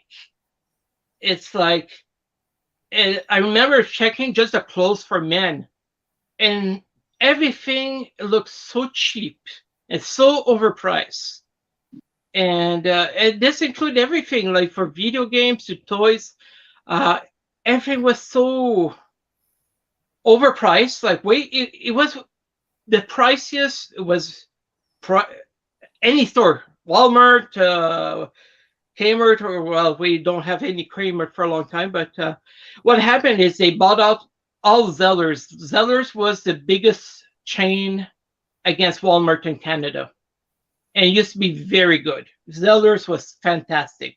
We preferred Zellers over Walmart, not just because it was Canadian, but the quality, and like 90% of my Transformer I bought from there. Because the quality, they always were in stock, good prices. So when Target bought them all, and then we're like, we're excited, because we heard good things from Target. But then we saw it, the stock was a joke, and the price were like way more expensive than it used to be compared to Zellers. So Canadian just are like, why shop here? We'll just go back to Walmart. And sadly, I think some of the problem was that the prices were so high because they didn't create like hubs in Canada like they here in the United States. So what they end up doing is shipping things across the border, which are super expensive to do. Mm-hmm. And then Zellers was also like a family business, I guess. So it basically going from a family organization to basically a corporate mentality is a whole other issue. They did it to themselves. They tried to change too much and still tried to get the same market. I live on YouTube with people. I live on YouTube with people. You need me? Sorry, my wife was calling. A higher power. Oh yeah, we're trying to fix the pool. We have this pool for 10 years, and it's ripping apart. So we just bought like lots of vinyl patch to try to cover the gashes like this long. And probably we're gonna get rid of it and buy next year a permanent pool. This is a pool that you remove every year, disassemble, and because of our wonderful winter here, when we get like 30 inches. So it's lots of work, and it's on its last leg, pretty much, short pool. So it's been leaking lots of water. So we're just trying to patch it, make it at least we can use it for the summer. I don't know about what you guys have for summer. Summer here has been very weird. We even had tornadoes. In May, we got hit by tornadoes. And it's just been intensely hot, but not for very long. You get the odd day or two. I'll give you an example. About it. We were like 34, 35 the other day, very hot, and at night it plummeted to 5 degrees. Yeah. So in 12 hours it changed a lot. Woo, sunburn. Yeah. I might get one today because we're outside, and today is beautiful. The last 2 days been amazing, but not very hot, like only 24, 25 max. So we had a weird summer. Like we've been freezing. We even had to put the heat on a few days 2 weeks ago because it was almost -0. And weird summer, very weird. So okay, did you guys? This is one of my favorite Optimus Prime. I found it when I went to Brazil. My wife Brazil, so we go every few years. And I know now I found it a few places for like half the price in Canada, but it's still rare. I forgot the name of this company. It is series. Cyber Battalion. Yeah, something like that. And this, I'm not kidding. This is one of my favorite. I even bought 2 of them. It's truly one of my favorite Optimus Prime. He's chunky, he's big, whoops. But his head is one of the nicest head ever. That is a good head, to be fair. And Taliazoni, well, he still has decent articulation. The head's on the ball joint. Yes, like sort of waist with more torso articulate swivel. And the only thing's missing, like the leg, everything, is just he has no knees. That's the only thing. I know I've seen some videos. Some people did change it and put knees on him. But apart from that, it's always been one of my very. If you ever see him, I highly recommend him. I found him at a store here with Canadian Tire. It was in Brazil. I paid like almost $100 for it at the time, and I saw him in Canada about 4 years ago for $15. So, Oh, but I didn't care. So I bought him twice. There's 2 versions actually of him. The other is of course, in the bin. We have a giant bin in front of our house for the last like 5 months. So my collection is in it, and there's 2 versions. There's a darker colored. It's the same mold, but they're just different alternate colors. And I got both of them. So just checking. Oh, did you? I read today they're going to announce July 22. They're going to start showing the new toys for the new series. Oh yeah. all right. What's that new series? I can't remember. Oh my god! Again, I know there was. I knew that there was one coming up, but all I remember, you see Optimus, Bumblebee with 3 little black children. So I completely forgot the name, but they announced Spark. July 22. I think they're gonna show the new toy. From what I saw, and they posted the trailer for it. It looks a bit like Cyberverse. Whoops. But from what I read, they want to make it even more like children, more like relatable to children. So there might be dumber transformation. I don't know. Yeah. So.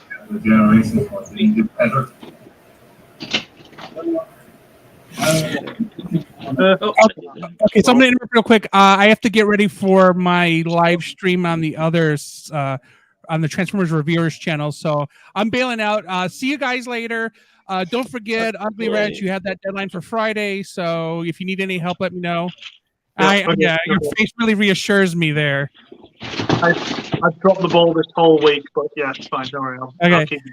See you later, Phoenix. I did subscribe to you. I think you saw that last time. So, okay, so I'll catch you guys later. Okay, cheers. Right, thank you. All right. There we go. Well, thank you for having me around. Yeah, welcome. It's just a bit of a chat. It's a shame you went around early. We went through all the listings that have come out recently, and yeah. Oh yes. I'm not sure if I'll get some of them. Again, they might. Any Walmart exclusive here are extremely hard to find. We basically get nothing over Yeah. here unless you have certain shop nearby. You basically don't get anything, so it's all Yeah. online. So Yeah. And even here online sucks here online Canada, Walmart.ca. You go on it and 99% it's all like they allow people from eBay to sell on their website. I don't know it's like this for your country. But us, Walmart.ca. You can pick eBay stuff up from Argos, or you used to be able to, couldn't you? But I'm not sure. We don't have a Walmart or anything, so I don't. Yeah, but no, here if you we go have Asda, which Walmart.ca. is owned by Walmart, don't we? It was. I don't know if it is now. Right. And it's a shithole. Like the website. Yeah. It's like they allow people from eBay to sell their stuff on the Walmart.ca ban. So if you're trying to find a toy that you want to buy from Walmart, good luck with that because it's flooded with overpriced stuff from eBay. It's ridiculous. Like why they allow this, I don't know. So the website is so if you go to Walmart, the stores, which we have a few in my city, what happened, of course, is you get lots of scalpers. Yeah. And they arrive, and again, the chance of finding anything is very rare. Seems to be quite a bad thing with the scalpers, across the pond. Oh, I hate them. I hate it. One time I remember I was Toys R Us, and this guy he put tons of stuff on his shopping cart. He took all like I forgot what toy, but it was a rare Toys R Us exclusive. And I just went to him. I took some of the stock, put it back. I took one for me. I looked at him. I told him like, "You're a piece of shit." And I wasn't. I'm not scared. I talk my mind. I'm a big guy. I'm 6 feet tall. Trust me. So don't fuck with me. I just gave a death stare, and he walked away, and probably went hiding and came back when I left. But I'm hoping other people manage to get some of the stock. But you just pissed me off. Scalpers, I hate them. Well, it's wrong, and it's taking the piss, really.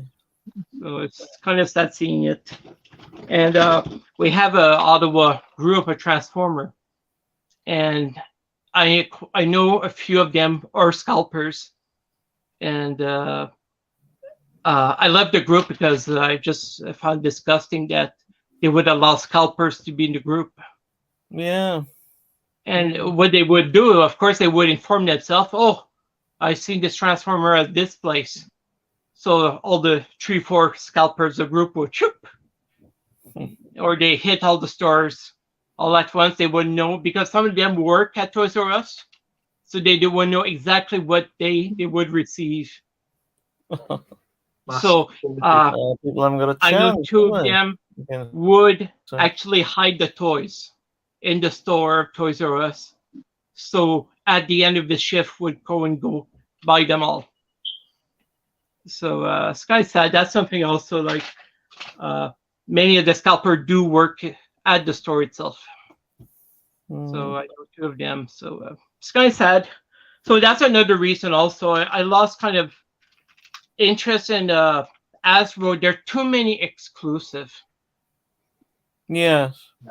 Because in the past I would get every mold possible of every. I've been collecting again for like 4 years, and almost every series I got a mold of 1 each. Sometime if there was a very good repaint or a remold, I would get it too. So I always try to get almost like a complete series. Not all of it, but a good amount, like Armada, all these series, the trilogy. I think I got every mold of every character pretty much. Same for Cyberverse or all the series that came out. But the last 5 years, Hasbro started to get crazy with exclusive, especially with Walmart, Target, and even on Pulse. I missed out on the giant Unicron. This is a weird story. I don't know if this happened for you guys. I went when Unicron was announced. I went on Hasbro Pulse to do the pre-order of the Unicron because they had to sell 5,000 of it or something like that. Right. And so I went, and the price was around 600 Canadian plus tax, of course. So it came to almost 1,000 with tax. Then I went for the delivery, and for some reason, it was charging me more than 1,500 for tax for delivery. Jesus. And I was like, and I was on a Facebook group. I forgot which one, but other Canadians also saw that. They would try to buy it, and they would be charged 1,500 for delivery. So the toy came to $3,000. So like that's crazy. That's too much. So I didn't get it, and then later I discovered that some Canadian bought it, the Unicron, and they were charged only $60 for delivery. So I missed out on the Unicron because of that. And when I asked around, like people didn't believe me, but I remember because other Canadians also had the same problem as me. For some reason, we were being charged 1,500. So because of that, I missed out on the Unicron. And to be honest, I kind of peeved off because of that, because I do love Unicron. I have quite a few of the Energon Unicron and the remolds and such. So I missed out because of weird stuff like that on Hasbro Pulse. Even I tried to get another Hasbro Pulse exclusive, and again, for some reason, when I type in my address, it would overcharge me for delivery and stuff. So I kind of gave up. But like I said, I got this batch of a legacy on special, and I was charged normally finally. So it was worth it. That's really weird. That's a crazy price for delivery, isn't it? Oh yeah, it was very like what the hell. Also, Amazon screwed me over. In Canada, that's something that happened a lot from Amazon.ca. Is you'll order like the cone heads. I don't know if you guys managed to get them, the cone heads. No, we get very little here, unfortunately. Because we had it on Amazon.ca. So when it came out, boop, boop, ordered. And that was taking forever. And we're like, what's going on? And then I go check. After a few months, nothing was happening. And they canceled every order without telling anyone. So, woo! All Canadians, we got, we were like, the only way to get it was through eBay and paying, of course, 3 times the price of.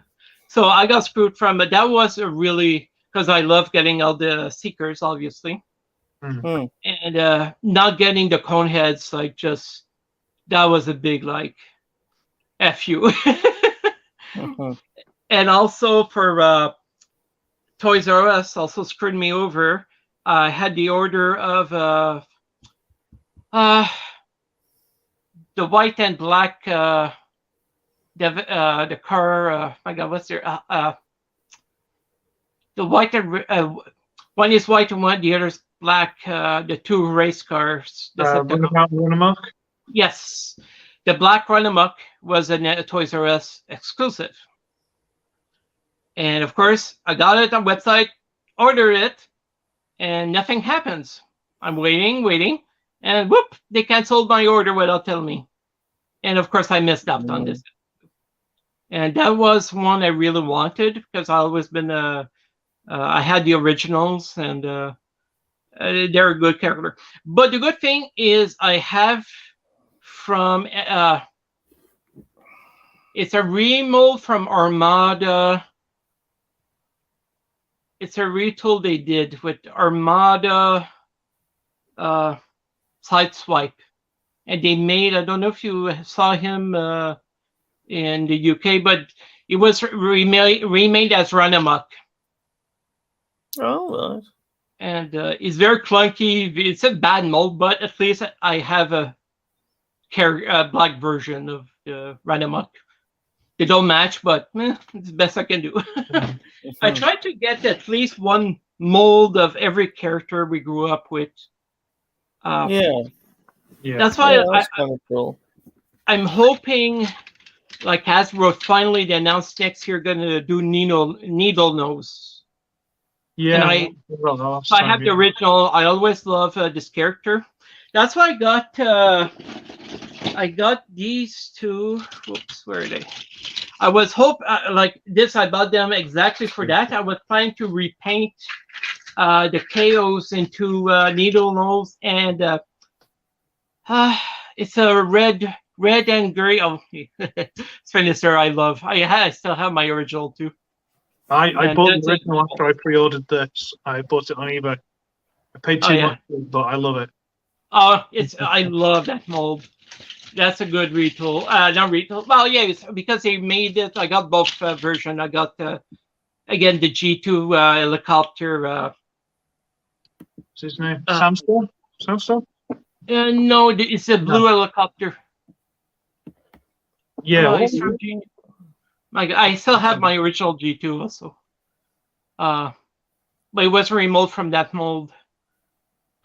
Sorry, I forgot my name. I'm bad. I used to know all my Transformer by name easily. Sadly, I'm almost 50. My memory's gone shit. Well, there's a few going there, man. The funny part is, like, again, been collecting for 40 years, so knowing all the names of 40 years of Transformer, almost every series. Yeah. You get confused. I can't find out what his name was. It's bothering me. Oh my god, it's a blue. Yeah, I'm literally googling it now.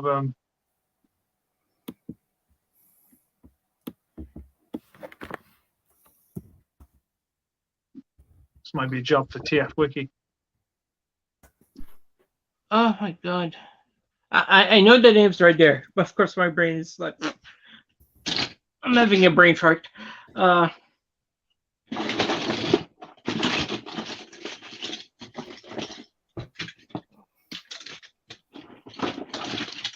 Oh, did you guys saw they made it's funny, they're making KOs of Optimus Prime, Airazor, and Pterosaur.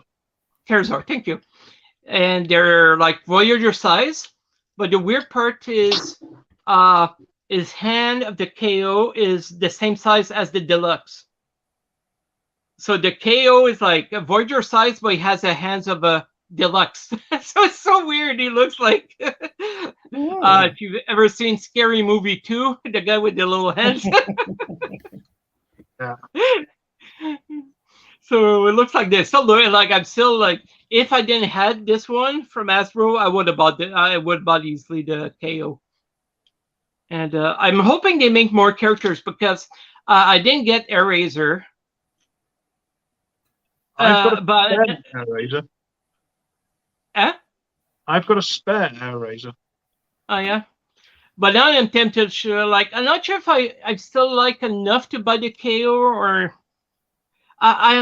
because I still have all my G1 my original collection of Beast War. Beast War was one of my favorite series. That what got me back. What happened is after G2, they start.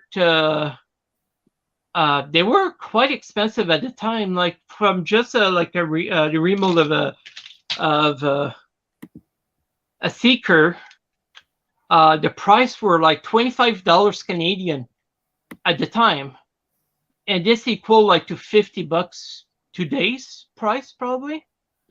And the G2 were getting so expensive, so I quit buying. Many people stopped buying Transformer. That's why it died down, because they got so expensive, the G2. And so I didn't. I bought the Would it be European, Rotor Storm, the blue helicopter? Yeah, I've just put the TF wiki link. It's Rotor. Oh, it is. What's Isn't the it? name? Rotor Storm. Okay, Rotor Storm. There we go. So that's a good mold. If you want a nice mold, Well, this I'm not sure if it's just you can find on eBay and stuff, but you can find an upgrade kit for the Rotor Storm, and it's got the round guns like the intake. yeah, I know it's on like, them. oh, it's pretty. I know. Like, if I got Yeah, Rotor but Storm, it's I have to get $30. that. It's like It's because I saw them and I said like, oh, it's like, again so beautiful. Even Spinister, they made an upgrade kit for him. yeah, don't feel the need. But again, it's too expensive. I found like 30 under 20. I'll get some. I got a few, but above 20 is like, for that price, I'd rather buy a new toy. It's like, or it's worth it. Like for an example, the core Skywarp, it didn't come with Null's Ray. Oh. And Right. they gave him like a fork. It's so ridiculous. It's so stupid. So he had no Null Ray, but I seen about 4 different kind of kits, and some are $5, some are $20, some are $30. And I find ridiculous that you need to spend to get more the accessories that should have been there. Now you have to spend almost a double or more expensive than the toy itself if you want to complete the core. They're getting that's not good. some accessories. And so upgrade kits, like that's what I got. Like for Soundwave, it was like, and I got the one for Brawn also. I'm trying to find the Brawn here. Sorry, it's there. I got this kit also for Brawn here. So in total, it came to $20 with both kit. Is sorry, it's real stuck. So it's an attachment you can put to the drill. So it comes with the drill. So you can actually put it in his hand. Sorry, try to put. So you click it, and so now at least now you can hold it. Sorry, as more of a weapon. Oh. And the good thing is when you transform it, like the big gap here on the head that looks like a toilet, you can actually put it on top and it closes them up. I'm not sure exactly how to do it yet. Okay, so sorry, I'm just trying. So as you can see, when you transform in vehicle mode, sorry, I never did it yet. It closed the hole. Oh, right. So it looks way better. Just seeing like part his head just in the toilet, as it looks like. So these are the 2 kits I bought, and both came to $22 with delivery. Yeah. So for that, I find it's but it's still kind of sad that you still need to buy, especially for Soundwave. Is alt mode. People were asking, well, what is it? So at least with the cockpit, it looks way more like a spaceship. I know I saw a few kits, like for Wheeljack, it was like shoulder cannons. And they look amazing, but they were asking $24 for it.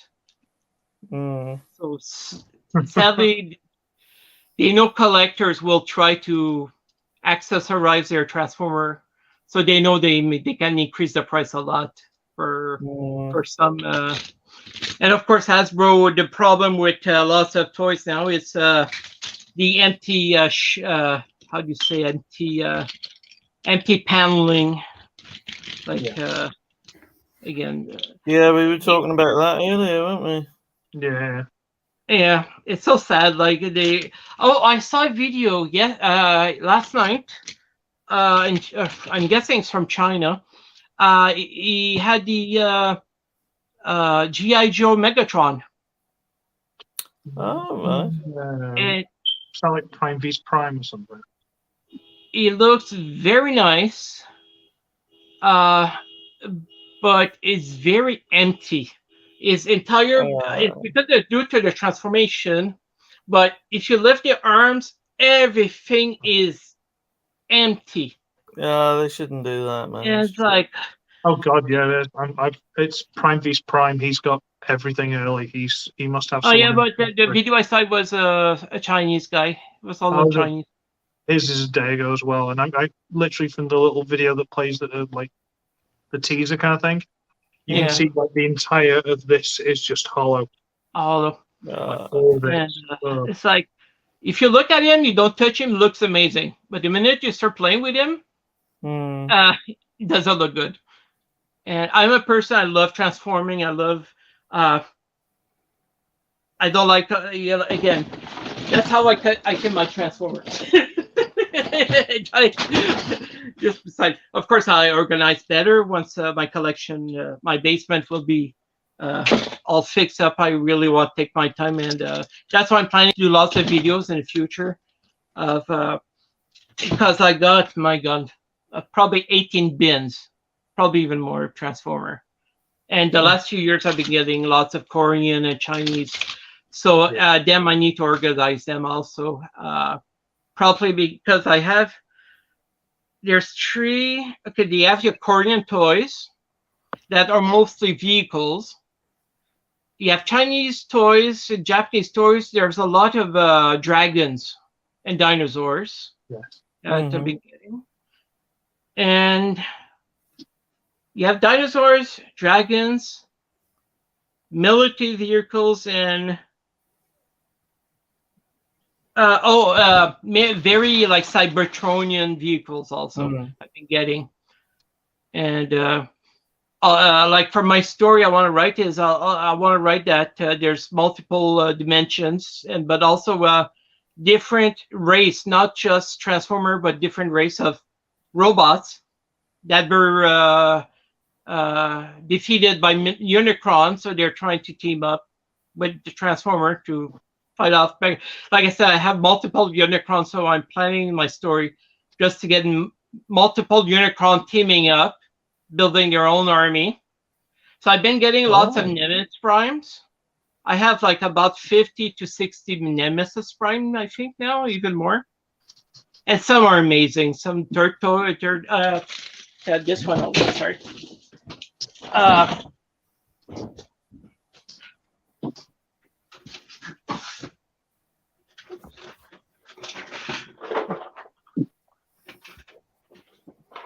Sorry. Okay. Right now, I'm sorry, missing the chest, but this one here, I forgot. Like the center somewhere. But Make Toys, I think made him. I think it's Make Toys. I'm not sure, but it's such an amazing Nemesis Prime. Sorry, I know it's hard to see due to the being black, but I did also get. I'm a sucker for Nemesis Prime. I got lots. I have, I think, 150 Optimus Prime in my series. 4 years ago, I did a video. I was at 110 Optimus Prime. If you go to my channel, it was like 2-3 years ago.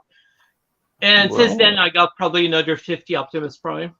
I'm a sucker for Prime, so yeah. What's his name? Reformat. Optus Nux.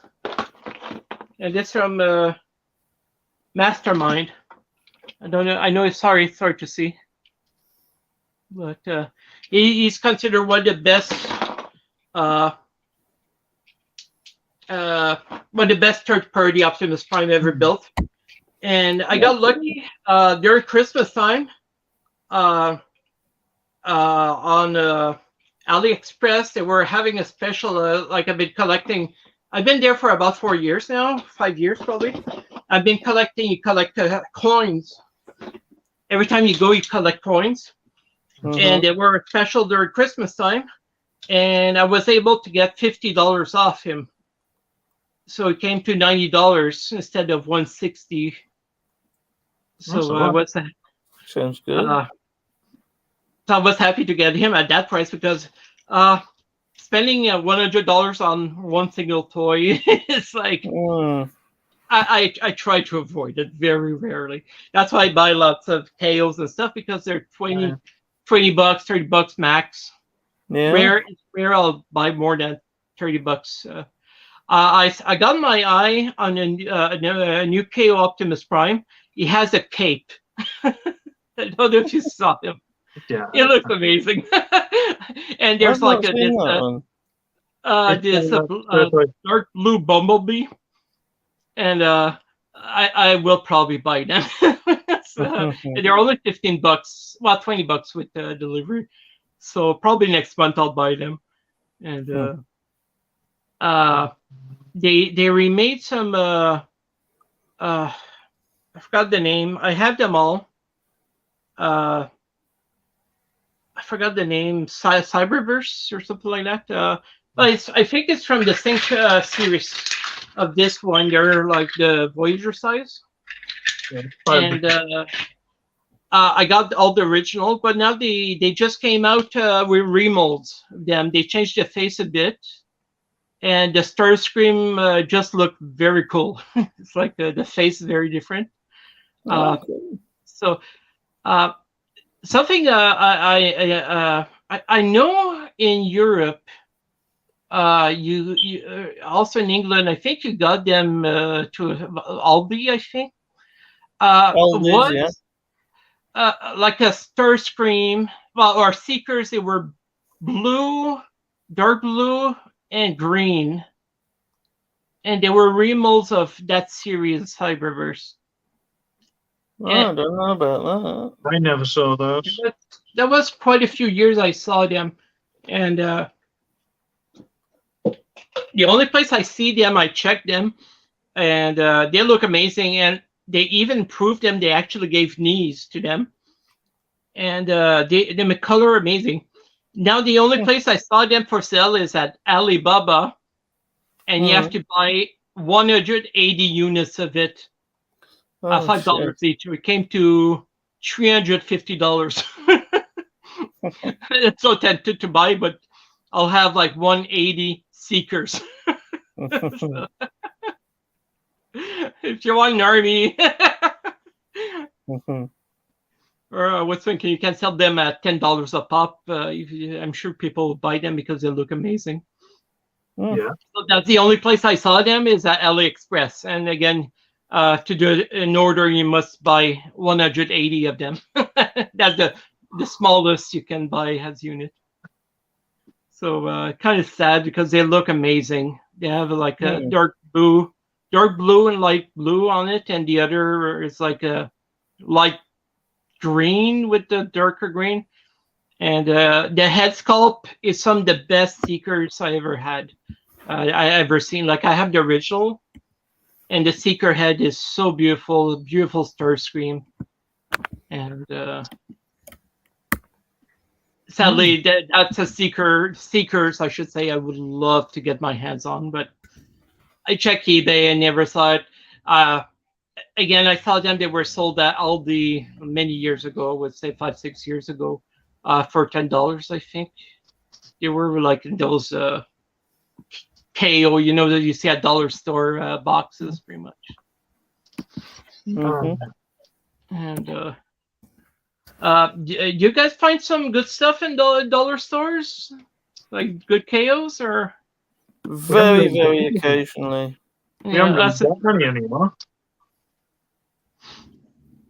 Because I know a few years ago we did get some good stuff, and we even had a real Hasbro toys sold in the Dollarama, a few like Minicons and stuff. Oh wow! And the legend size of Transformer Prime You know the Vehicons Oh, that flies, like they look like cars with wings. Yeah. Yeah. I managed to get like 10 of them at the dollar store, and they were extremely rare. And just one day, like I never saw them anywhere else. I was just like, what the hell is that? And they were like, I grabbed them all, and again, everyone jumped on them when they came out. But it was cool to see some actually Hasbro product Transformer, not KOs, but in real. Since then, I know they came out also, but I missed them all. There were minifigures of G1 characters. The smallest toys, I think was called. Oh, yeah. Something like that. I know I've seen the G.I. Joe, but the Transformer, impossible to find. I know they came out with Optimus Prime and stuff, and I know they were at the $1 store called Dollar Tree. And I think I saw one Bumblebee, and of course, I tired of Bumblebee. I don't like much Bumblebee. A bit overused character. And just sad. But Optimus, Megatron, and Starscream, I think they made. Never saw them. I only saw Bumblebee one time, so. But it still was nice. So I'm still hoping one day we'll find more. But the problem now also is the price. Now a core Transformer, which is legend size, here's $17 plus tax, $20 now in Canada for a legend size toy. $20. It's ridiculous. About 13, 14 here, something like that, 12, 13, 14. Around about that, isn't it? So that's probably about what, $17, $18 roughly. So yeah, sounds about right. I figure for the size of it, plus like Skywarp is missing his null ray. Like seriously, Yeah. You don't even get a complete toy now. So I know I saw a new Bumblebee's coming out. Core. Oh, Laserbeak. What was the other one I saw? Oh, I will buy it. That's for sure. Shockwave. I'm a huge Shockwave fan also, and I saw already people doing YouTube reviews of the new Core Shockwave that becomes a spaceship. Oh, right. And it comes with a radar dish. It's so weird. I don't know why a radar dish, but it's so weird. That's his weapon, a radar dish. But he still look good. I will get him for sure. I've seen a few people already on YouTube reviewing it, and it looks good. I've been trying to work out like a little sort of like a short list of things that I can aim for when I go to this convention in August. And I was looking, going, oh, hey, maybe I'll look for this bit. Maybe I'll look for that. Because I've already seen reviews of them. Mm-hmm. And they're not released until like December. I know. It's like, so hang on, what? How am I already seeing reviews?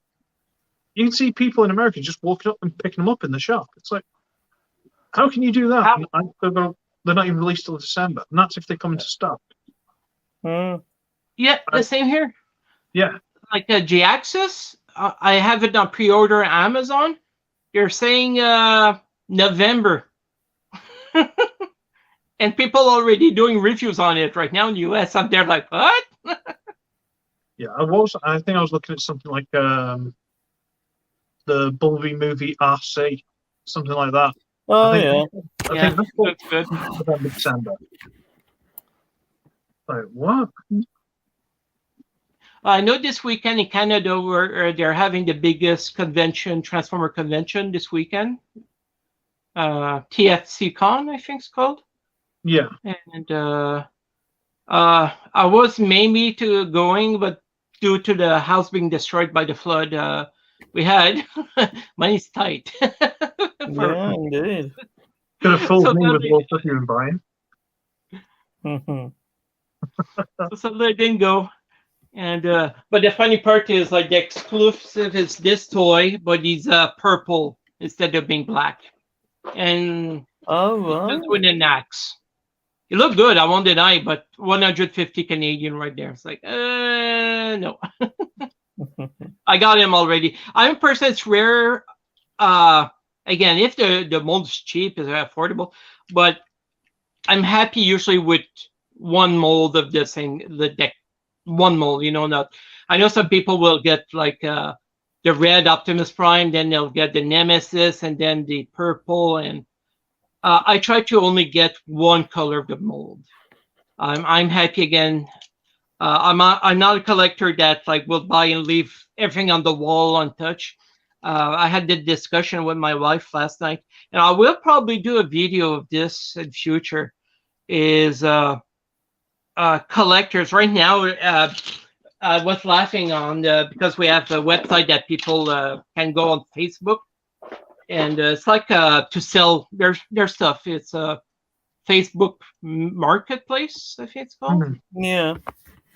And people, because of the weekend, they needed money to buy new toys at the STFC, the convention.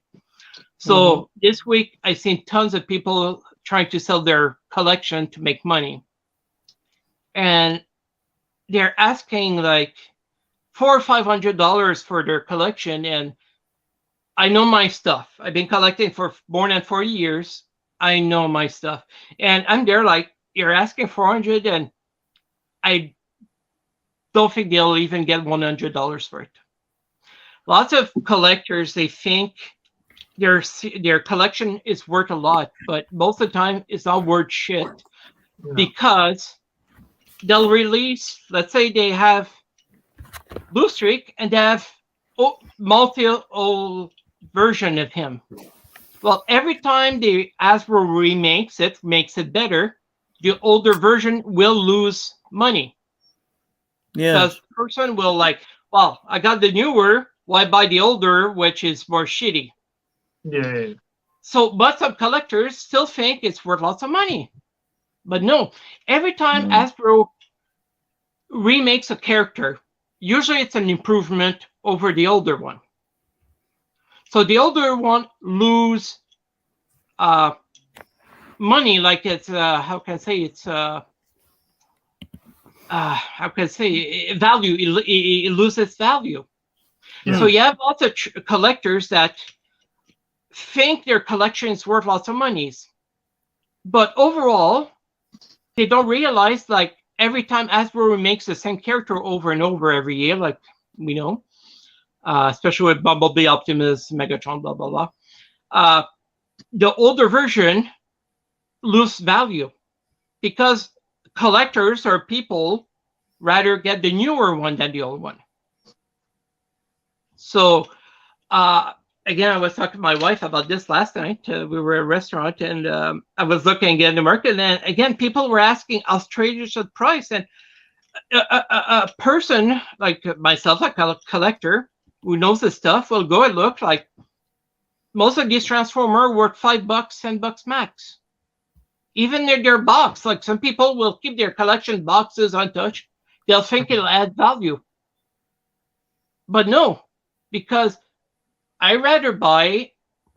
There's no nostalgia also for these newer series. Yeah. We grew up with G1s. There's nostalgia. That's what I was saying to my wife. How nostalgia also works, because before the 1970s, toys weren't considered collectibles.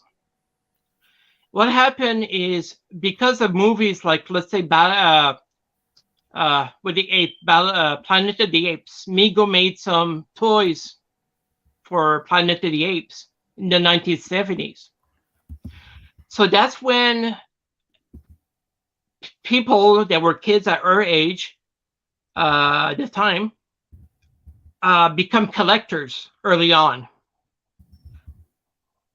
And that's why what makes it rare and valuable, like you take a rare Optimus Prime or something like that, the G1 original, is they were to find one in good shape is hard to find.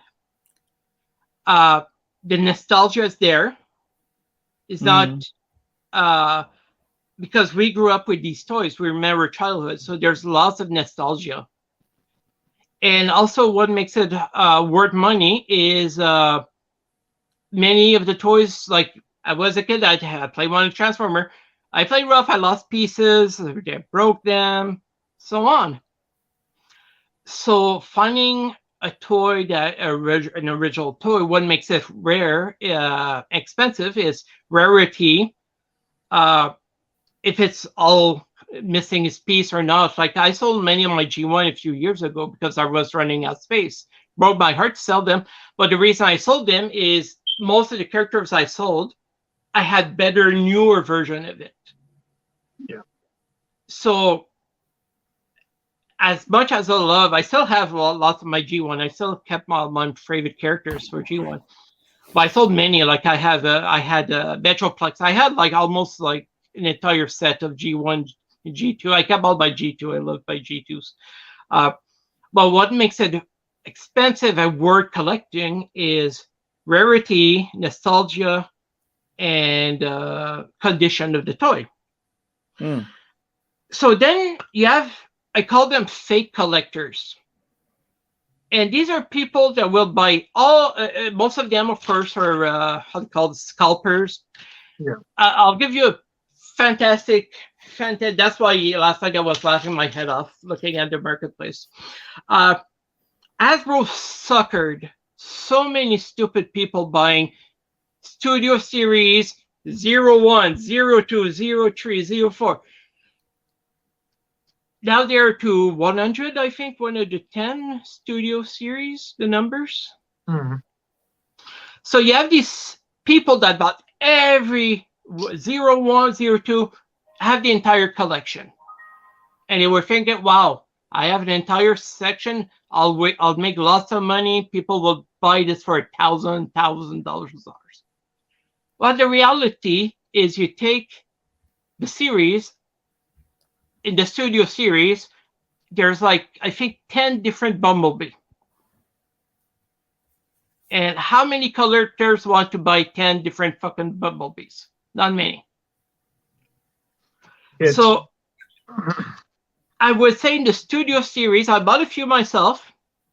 I would say 80% are shit toys, or characters nobody gives a shit about. There's no nostalgia. The quality is horrendous. The plastic quality is really bad. I mean, the nostalgia is a big part of it, I think. Exactly. So people will look at these characters from the movie Dark Ages and go, oh my God, that's such a cool characters. No, nobody gives a shit. So for these characters, there's almost zero nostalgia. Yeah. I don't think we'll see any kids growing up with the Transformer movies going, oh my God, Rat, whatever characters. Oh, he was the coolest ever. The Transformer movies kind of suck. Like, I love the movies, they're entertaining, but there's zero personality for the characters. The problem there's no nostalgia. It's hard to get nostalgia for a figure that you get in a new version of every 6 months. Exactly. Yeah. Whereas you get things like the That's the problem, it's flooding it, isn't it? Yeah. But you get the G-Axis figure that's coming. We've never had one of those. Mm-hmm. So people are going nuts for it. And there are loads of obscure little characters like that. Yeah, that's what I love. I love. Even ones that we only had maybe a G1 figure of. That was terrible. Exactly. That's why I love getting these odd characters. That's why Needle knows I'm happy finally is getting it.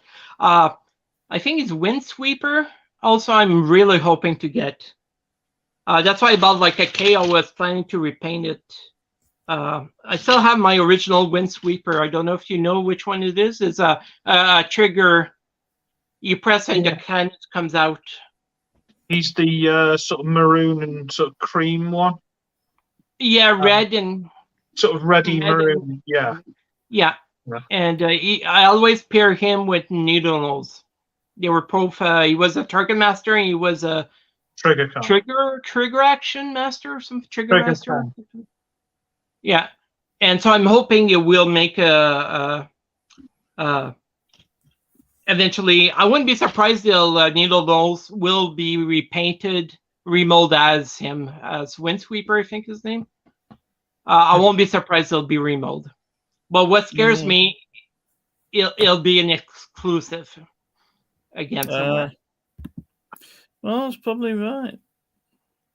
It's like a twin twist and top spin. You know, the jump starters, the twins. Yeah, I love these characters. I still have my originals. I've got top spin, but twin twist was an exclusive. I will never have that figure. So I've got oh my god! I could have bought it because we had it. We had tons of them at Toys R Us. Shoot, I got mine, of course, but I didn't time for. Wow, that sucks. I did. If I knew, of course, I would have gotten one for you. And it's one of those things. We're used to like things like that. We're just used. We don't get them. Yeah. You get used to the pain after a while. Yeah, that's why I'm numb now. I'm so numb with exclusive from Hasbro, from Toys R Us, from Walmart, and Amazon. If I find him at the convention and he isn't worth, my firstborn, I might pick it up. But it's a good mold. It's a fantastic mold. I would say under 50 is worth it. Above 50, not really. Dollars or pounds, because pounds are worth more than dollars. Yeah, our Canadian dollar is a joke here. So sadly, our Canadian dollar, we have a horrendous prime minister that's been tanking our. Ours has had to quit because. Yeah, I know that. And I know you guys are kind of scared who's going to replace him. We're in the same situation here, pretty much. We finally have maybe a good replacement coming up, but I won't be surprised that he'll be backstabbed by his own party, the conservative. Like right now, we have the liberals, and it's all more the same. So Oh yeah, politicians are the same around the world. Yeah. It's funny. My wife comes from Brazil, and there's like corruption. It's but at least her ones get shot. It's a bit more. And she came. We've been married for 25 years, but when she came to Canada, like she think oh well, you shouldn't have much corruption in politician. I say it's way worse here. It's just we a different take it in the corruption. smile. Corruption here is. We just hide it. The media just cover it constantly. It's even worse than Brazil here. The corruption is it's so bad. But that's politics, sadly. Yeah. Yeah. So if I find Twin Twist for 30-ish, maybe. It's one of those. I'm not expecting to find a lot of things, so I'm not. Yeah. I went one at Toronto again many years ago, and it was funny. I don't know if you guys remember. There was a giant Optimus Primal. You had the electronics. It was the series after Beast War was Beast. Supreme Optimal. Yeah. Or something. Yeah, the sound and lights and jackpack. I remember seeing him at the convention. They were asking $150 for it, and we never had it. And it's way too much. I attempted because it's a nice toy. And then 2 weeks later, Toys R Us got a stock of him at $40. So okay, I'll get the $40 one. The same as the first Optimus Prime masterpiece, the very first one. When it came out, it was $110, something like that. And it's no way I'm spending. Again, this was 15 years ago, something like that. Maybe more. And then they had nobody was buying it, so they cut it down to $40. So I got the first masterpiece like this, $40. So that's the funny part, is like they were asking way too much for many toys, and they had to discount it a lot, and that's when you get good deals. Yeah. So, and one store's sometimes so weird. You'll find unique like stores. There's a store called, I don't know if you have it in the UK. It's called Winners, and it's mostly for clothing. But sometimes they have a small like little wall, pretty much, with some toys, and sometimes they'll get some extremely rare toys.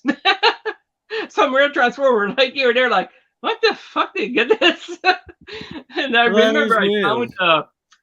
found, my God, Gears.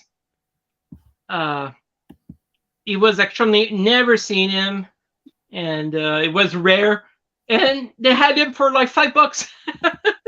They had like 20 of them. So how the hell they got this? Their stock, another store also is called Canadian Giant Tiger, and it's mostly clothes, but they have lots of stuff like from around their house. And sometimes they will get like very rare exclusive toys. Sometimes they're cheap. And of course, the minute a scalper knows this, it will go and run to the toy, the store to buy them all. But sometimes if you're that's the lucky, only you can thing, find. isn't it? So we have sometimes Canada these stores that are a zero toy department or but somehow they will get exclusive Transformers. They're cheap. Yeah, I don't understand how or why the process. So and it's all about luck. If you're going there once a week or twice a week, I always have to peek because you don't know. Like another store we have is called Loblaws. It's a food store. And again, they had this little aisle just for a few toys. And poof, I found Barricade, the Cybertech, or the series Barricade. Extremely rare. Never seen it. Even US, almost impossible to find. And they had him at the Loblaws, the food store. So it's so weird in Canada that, again, if you're a collector, and sometimes you'll find like these obscure toys out of nowhere in so many different toy stores that are not known for their toys. So I found things like that in the past, but they seem to have died off in recent years. Yeah. It's so random. Like every time I go, like even yesterday we went to called Canadian Tire store. It's mostly how can I describe this? They have lots of parts for the house, kitchen stuff, also for cars, for sport, and they do have not even an aisle, just again a wall of toys. And the toys sort of like are stuff you find everywhere. But again, that's where I found this guy, which is extremely rare. And they had it like for $20, $15, $20. Like I was like scratching my head, like I paid $100 in Brazil for him. That's the old place I even if you my YouTube video, that's one of my highest rated video because when I found in Brazil, it was the only place in the entire planet they were found. And now I found it at the Canadian Tire for $20. So it's like, it's so random. So every time I go to a store, no matter what store it is, I will go do a beeline to check on the toys. Yeah. Because it's so random. You'll find toys you'll never see anywhere, and many are exclusive. Yeah. I still hold that little bit of hope every time we go to Asda, which is like a mostly food shop over here, some clothes, stuff like that. I used to be able to get toys from there. I used to be able to get figures from there. And every time it's like, should we look? Might as well. A couple of rescue bots. Bye. Yeah. That's it. It's like, just die a little bit every time. Well, I saw like we went to. My wife was trying to find a Harry Potter one for one of her her friends in Brazil because she went to see her family a few months ago, and he wanted the new Harry Potter movie. I forget the name. It bombed totally in theaters, but he collects all the wands, the toy wands from Harry Potter movies. Right. So we went to a store that's called Mastermind, and it's mostly intellectual toys.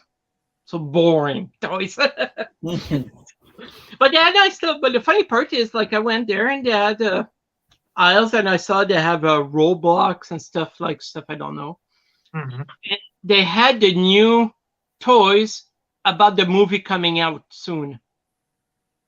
The new Transformer Prime. I forgot the name of it, but the new movie they made, and they had toys from the movie. I didn't buy them. They look kind of junk. Well, they were more like kiddified, almost like. But still, they had toys for the new movie that's not even out. And this is like a educational store for a toy, like with. So I was like, how come this store got this before everyone else? And even only last week I saw some people make a video about them. And this was like a few weeks ago. So I think everywhere around the world, I think they were the first store to have these toys. Good well, man. Again, like, that's why I kind of gave up on Hasbro, because all these, like, you have to, if you want to be like a collector, to have every mold possible, it's impossible anymore. Yeah, I think that's right. You're everywhere. If you want to, you're like that's why, like, I know some collector would buy every variant of every Transformer possible, and it's impossible to do that anymore because good luck unless you're a millionaire and you can buy everything on eBay. Sure, if you go nuts. Sometimes I wonder, like, I seen some collector, and I gotta wonder how they afford to buy so much. Like, I'm guessing many are single with a kid, and they must be making a lot of money off the old YouTube, Patreon, that kind of thing. I guess so. Because I seen some people, and they're like, "Why did you buy this?" It's like yeah, but you see some of these figures and they look awful, and they like, oh, I had to have this. Oh, I pre-ordered it as soon as I saw it. Now I pre-ordered 4 of them, and they got it, and they're like, yeah, it's great, and you're like, it's crap. Yeah, it's crap. I can see it in your eyes. Why are you saying it's good? Plastic crack. Why? For example, like you got this Wheeljack, amazing sculpt, beautiful, so beautiful, so tiny. It looks very pretty. He's so tiny. You take like this from Combiner War, and look at this size comparison. It's ridiculous. Like, and I'm not exaggerating. See, the feet are the same.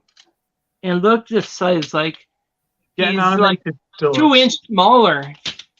And he's double the price of this guy. Yeah. These Combiner War were $15 maybe for us.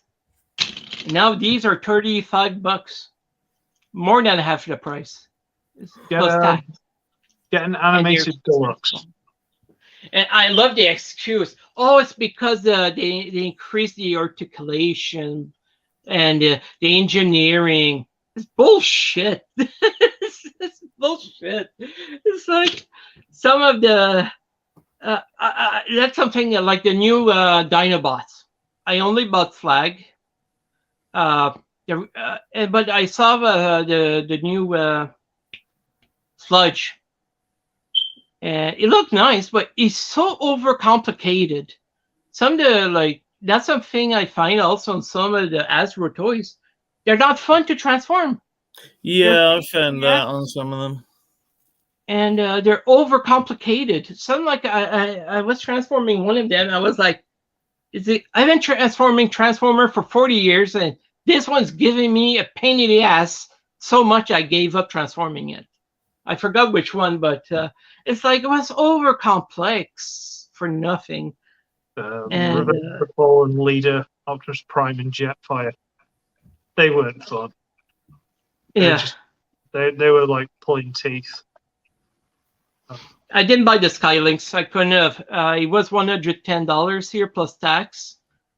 Yeah. And I bought the Combiner War Skylinks. I'm happy. I never saw Skylinks as a big character. Like he's a dinosaur or what?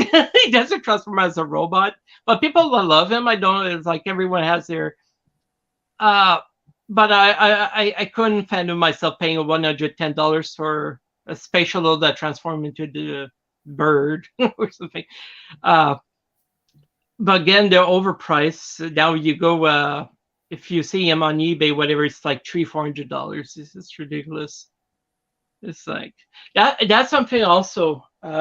Now, most of the time, in the past, it wasn't like this. Is you have to buy very quickly, because if you hesitate to buy the toy when you see it online or in person, chances you'll never find it again. That's the It problem. wasn't like that in the past. No, that's right. In the past, there was always stock. It's, oh, I saw him. Look, I'll wait until they come on special. Now, today, if you see it, you need to buy it now, because the chance of finding it again, because you're very lucky if you find the same toy somewhere else at the same price. Yeah. Like for Amazon, a toy will come out within a week. The price will be 10 to 20% higher. And every week it goes higher. Like right there, this guy was $34. I saw it's already at $45 now. And this is Amazon. It's all scalpers. It's the Amazon itself that increased the price. Yeah. So if you don't pre-order, and if you don't get screwed, like I pre-ordered the J-Axis, I might get screwed again, because Amazon loved dropping your, without telling you that, oh, your order been canceled for sort of. Yeah, that's completely out of order. So it's so frustrating that like there's this urgency now to buy, and I hate that. Well, it's not fair. Like, again, I especially with obscure characters, you know, the scalpers will jump on that character. For a good example, was she's what? The core character, what was the first core character in Legacy? Was Ravage? No, it was Ravage, I think, yeah. Ravage, and there was the other character. Oh, Iguanus. Oh, yeah. Him. It was poof. The price, it was insane. It was at $75 on Amazon. Directly from Amazon. And it was so rare. But the funny part is then he appeared in Walmart and they had like tons of stock of him for $15. But for many months before he appeared in Walmart in person, the only place to buy in Canada was at Amazon, and they were selling it at $75. And this was the direct seller of Amazon because they knew it was rare. So I pity the people that jumped and bought Iguanus, being scared of not getting him. But now you can't find him now for $15-$20 at Walmart. So you always like, should I buy at a high price and miss out on this character? But you never know when the store will, oh, we have stock finally. It took 5 months. Yeah. But now we have stock. So you're, damn me if you do, damn me if you don't. And that's, it wasn't like this in the past. No. And, take ages and then you got to remortgage your house to buy one. And you have also this new this new category of KOs you can buy from China. 90% of the time, they'll be better quality, 3 times cheaper, and bigger in size. And possibly, depending on how long it's been since the figure came out, they might have the upgrade kits built in. Exactly. One Ultra Magnus. They came out to it, Siege Ultra Magnus. You could buy a KO. It had the built-in kit in it. Plus, it was 20% bigger. It was only $40. Here, when I bought it, was $70. Yeah. So the KO is bigger, better quality, better parts, and half the price almost. So I got screwed. I was like, damn it. So I didn't buy the KO. I was like, okay, I got the original. For example, also I bought Studio Series Shockwave, the movie. Amazing toys, beautiful. Paid like $75 for it, and beautiful.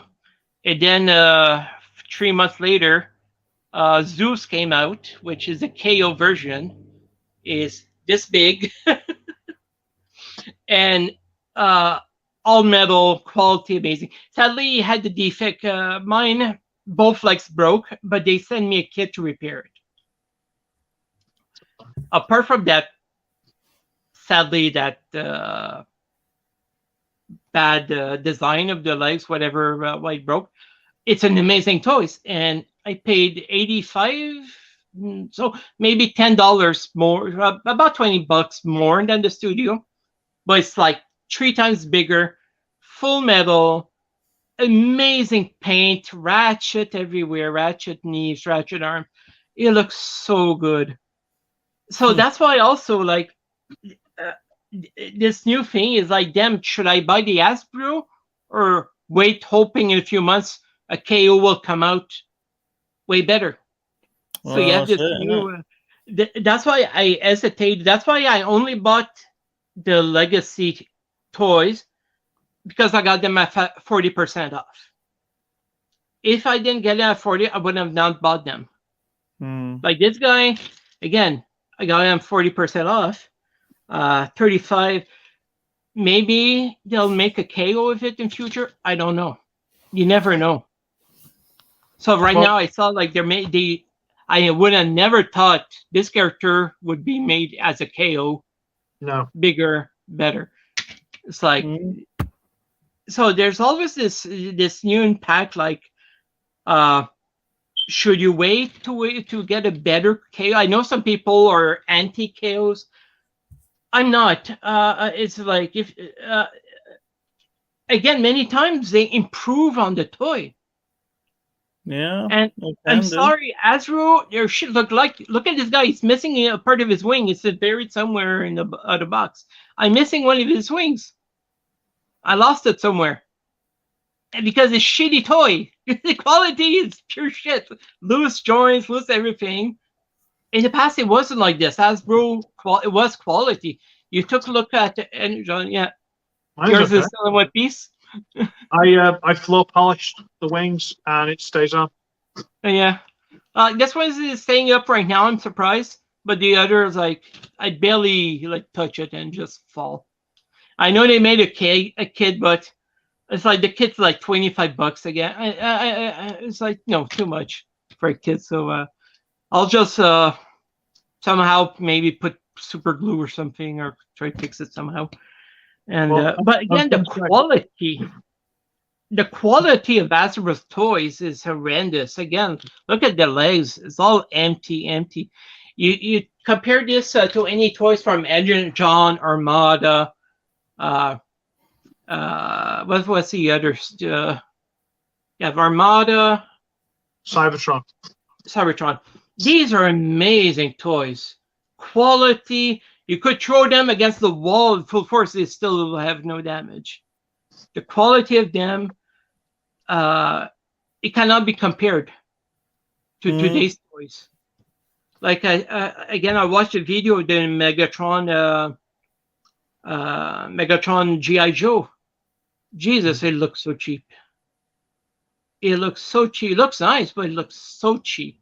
Yeah. And here he's on Amazon right now. I can pre-order at $120 plus tax, so $150. It's like, and it's so hollow, cheap. Like you see the cheapness of the product, and Hasbro knows. Oh well, ooh, money, money, money. So the toys may be worth what, $15 on even making it. So they overcharge it. It's like they made the Jurassic Park. You seen this? The Jurassic Park set they did. It was a remold of Megatron with a new mold. That's been used for skids, I want to say. No, it's a unique toy. I'm surprised it's a unique mold. Okay. I thought it was skid. Okay. And to be honest, I was interested in it because I do like Jurassic Park and the toys are, but it was $175 on Amazon. Jesus. Like $150 plus taxes. It's like, and again, the toys are not, you calculate the plastic and blah, blah, and it's like, it should be not even half the price of that. No. It's the overpriced. I find Hasbro gone so greedy that. Well, what can you do? I mean, it's the same in all walks of life, though, isn't it? Especially now. Well, that's why I wonder, like collectors of He-Man and G.I. Joe, is it the same bullshit with them? I wouldn't be surprised it's probably the same. Just companies are getting greedier, or the quality is going down the toilet for everything. I don't know. I don't collect G.I. Joes or He-Man and stuff. I was a fan. I had them when I was a child. Of course, every guys grew up with that.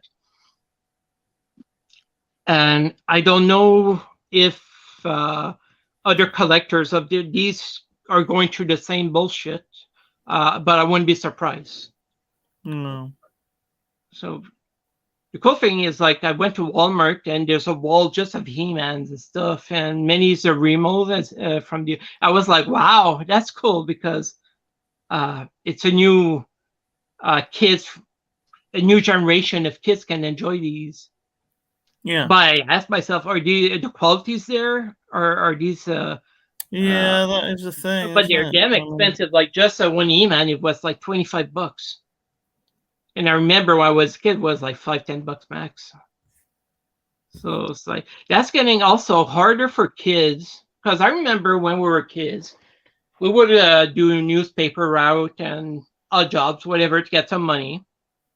And we would go like, we got $10. Let's go to Toys R Us or something. And we would buy a few Transformer. We could afford a few. I remember buying a Constructicons and stuff.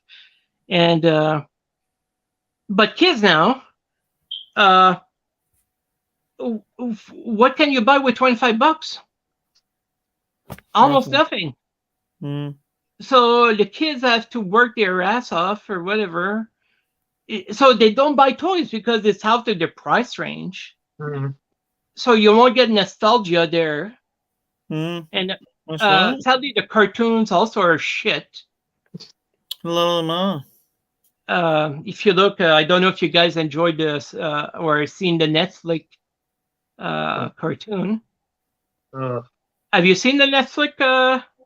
I've seen one or two of them, yeah. Well, we both agreed that Kingdom was terrible.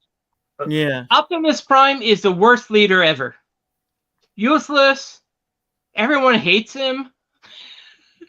and that's the funny part is I watched it there. Like, I remember Optimus Prime being modest, heroic, a good leader, charismatic. This new Optimus Prime is a loser. Everyone one of the series, he's not even a Prime, is he? He's just like... No. He gets his ass kicked every time. Yeah. His own Autobots ridicules him constantly, questions him. Even half his team leaves him to be on Cybertron. And at the end, he kills everyone on Cybertron. Good leadership there. It's like... Vote Prime for next Prime Minister. So then you have these. So imagine a kid watching this Optimus Prime, which I have here somewhere. Anyway, somewhere. Well, let's say I have this. I'm trying to find a character that wasn't there in the movie. Well, anyways, you find this Optimus Prime, and kids watching the Netflix cartoon will go, "Wow, that's an amazing character. I will want to buy his toys." No, Prime's a fucking loser. I don't want this toy. So right there, like Netflix managed to kill tons of interest for kids. If I had kids showing that, I would say, no, don't watch this. No. Let's go watch the G1 cartoons. Oh, G1 cartoons were beautiful. Like they were corny and stuff, but my God, they have so much personality. Every characters. You close your eyes, you know every character by heart, their quirks.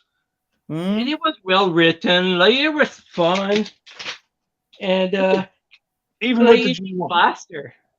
Please, even with the G1, we knew there were continuity errors. We know they miscolored figures all the time. Yeah.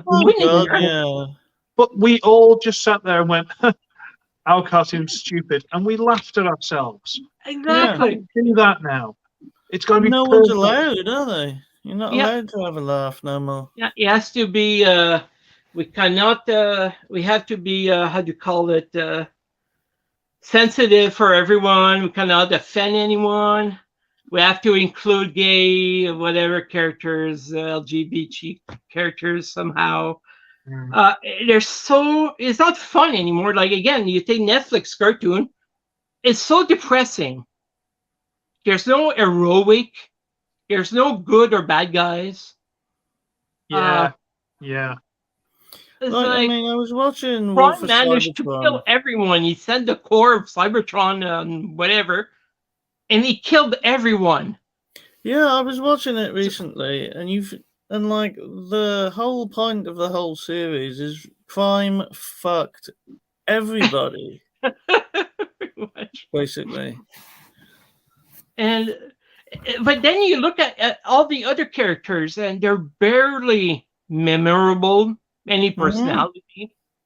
Yeah. Oh, there's Mirage there. Sideswipe. What do? They're just there standing in the back.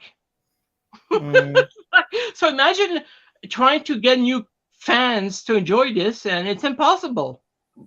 My favorite part of that was, they went to see Sound Blaster to try and get Energon or whatever. Yeah. And they're like, okay, make sure you put all your guns down. And you got Bulby, RC, and Cog, who's made of guns. Put your guns down. Oh yeah, definitely. Look, see this on my arm? That's a gun. Yeah, definitely. No tricks up my sleeves. Come on, guys. Really? Make him wait outside. Make him wait outside at least. Clearly, whoever wrote this scene hadn't looked at the figure. He's literally made of guns. Yeah, he's a fucking walking arsenal, pretty much. Yeah, something funny also made me laugh is Alita one. Yeah. She constantly like bitch against Prime and like demasculate him at every chance possible.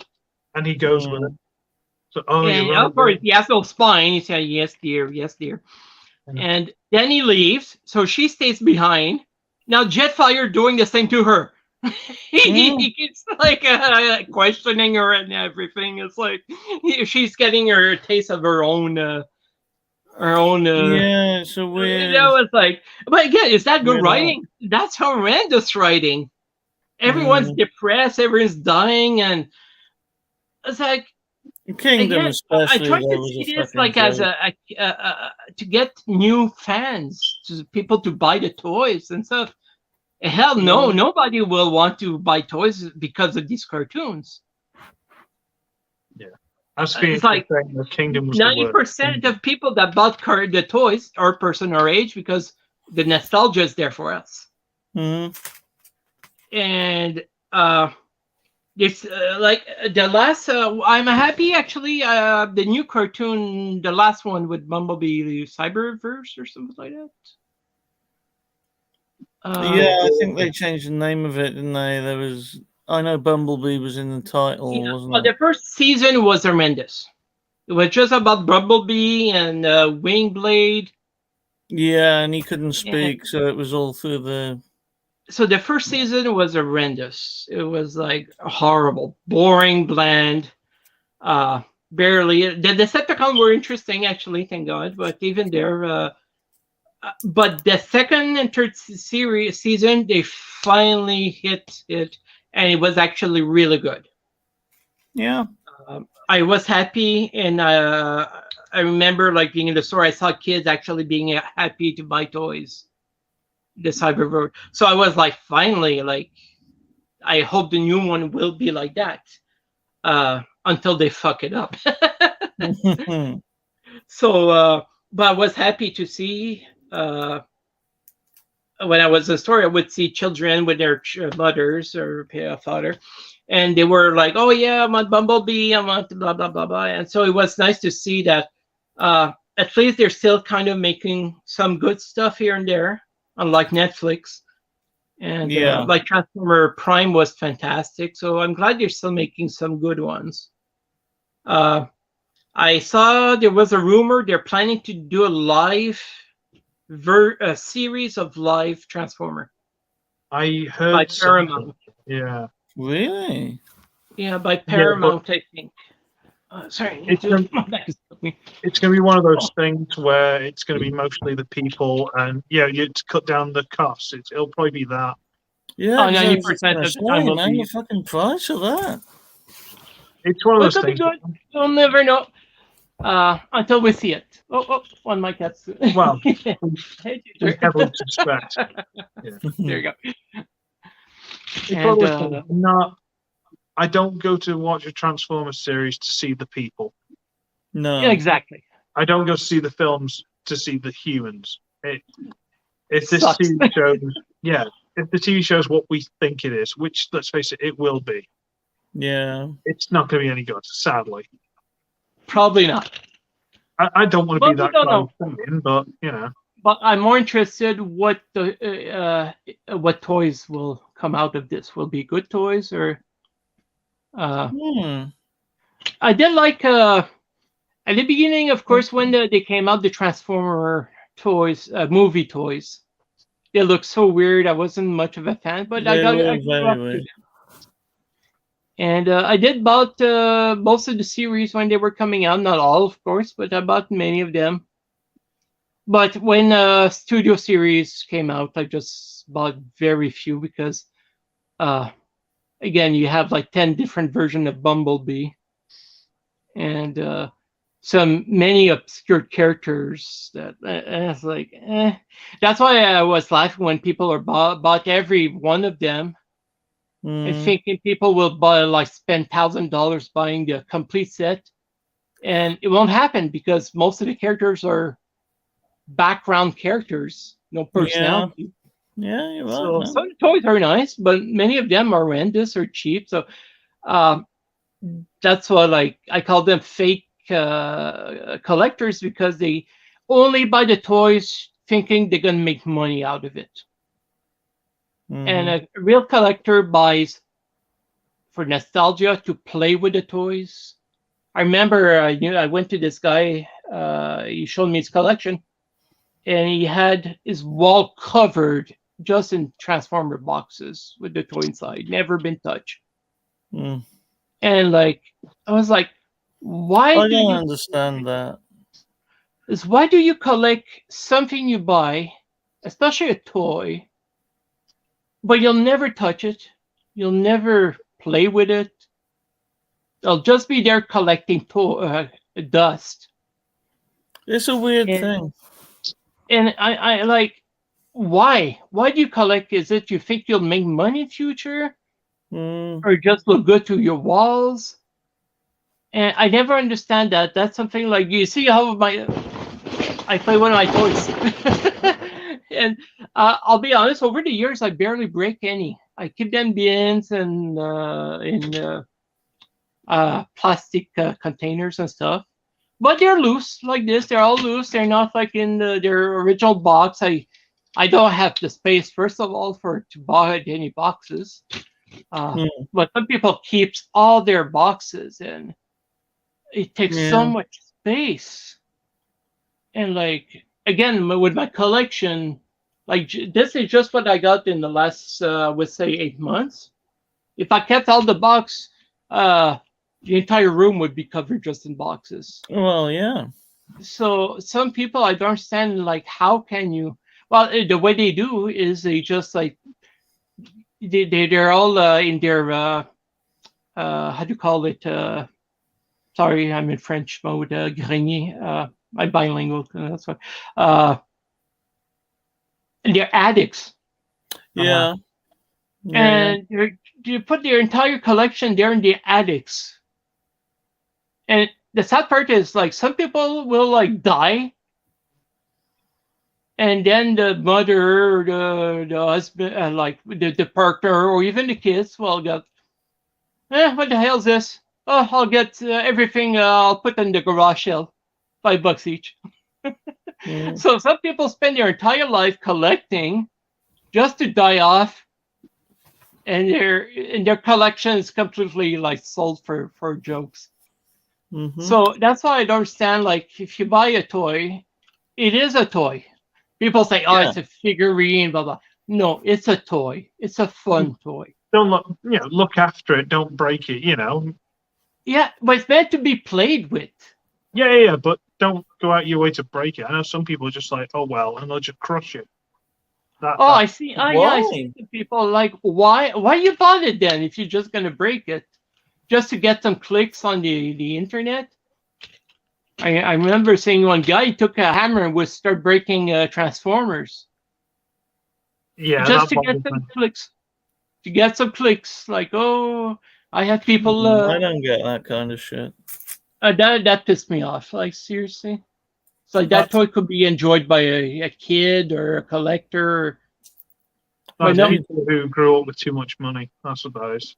Yeah, true. Yeah, totally. Because I remember seeing one. He had was one rare Transformer. I forget which one. And he took a hammer and smashed it, and he thought it was funny. And it's like, now that toy's gone forever. Just like, it could be enjoyed by someone, a kid, but no, I had to get the shock value of it, and it's like, that's why I had joined many Facebook groups of Transformer, and I got so sick, tired of the same shit over. They would buy, like, oh my god, I bought this. Oh my god, oh, I'm a real collector now. Oh yeah, I'm a Transformer. I know everything now about Transformer. And this is a toy you could find at everywhere in fucking Walmart. It was nothing special. Nothing. But everyone was, oh my god, bravo, oh my god, you're amazing. And it was purple jerk. And it would suck all each other's dicks. Sorry. For nothing. It was like, the toy is, you can find it anywhere. It's not rare. And again, no nostalgia, nothing. And they were acting like everything they bought was a grail, a toy grail. You know what I mean by that? Yeah. A grail. And it was like nothing special. And the sad part, you would see the same fucking post by different people 20 times per day with the same fucking toy. And everyone would suck each other's dick like they accomplished something amazing. And I was like, it's just a fucking regular Transformer. It's not something special. It's not rare. It's not Japanese or a rarity of it. It's not a great character. And that's what I find. It's like they buy lots of, I see new collectors, they buy every fucking Transformer they can.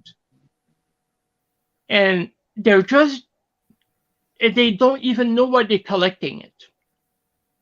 Because they buy it because they think it's cool. There's no nostalgia. There's no kids. There's no. They're just buying it because again, too much money, nothing.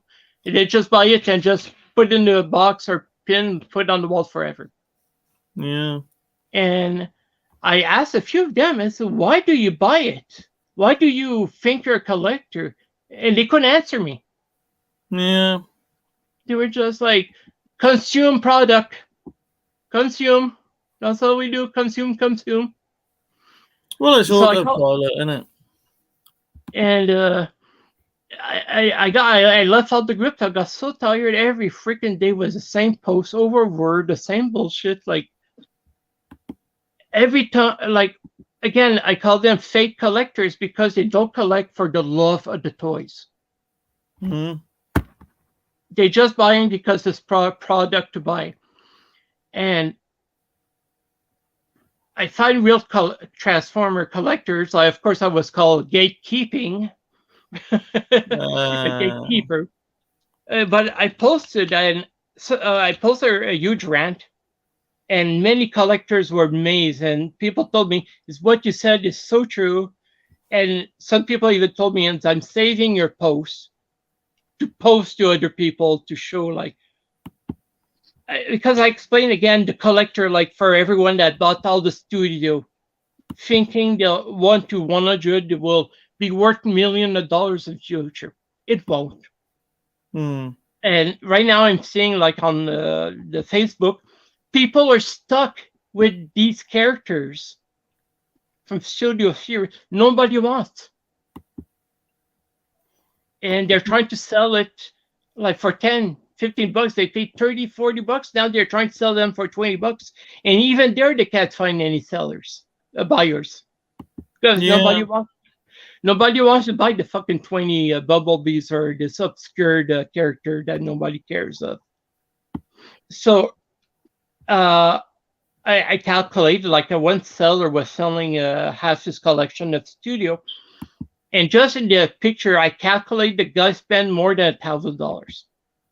Oh, and he was asking $200. He got stuck. He was selling it for $200 because nobody wants to buy them.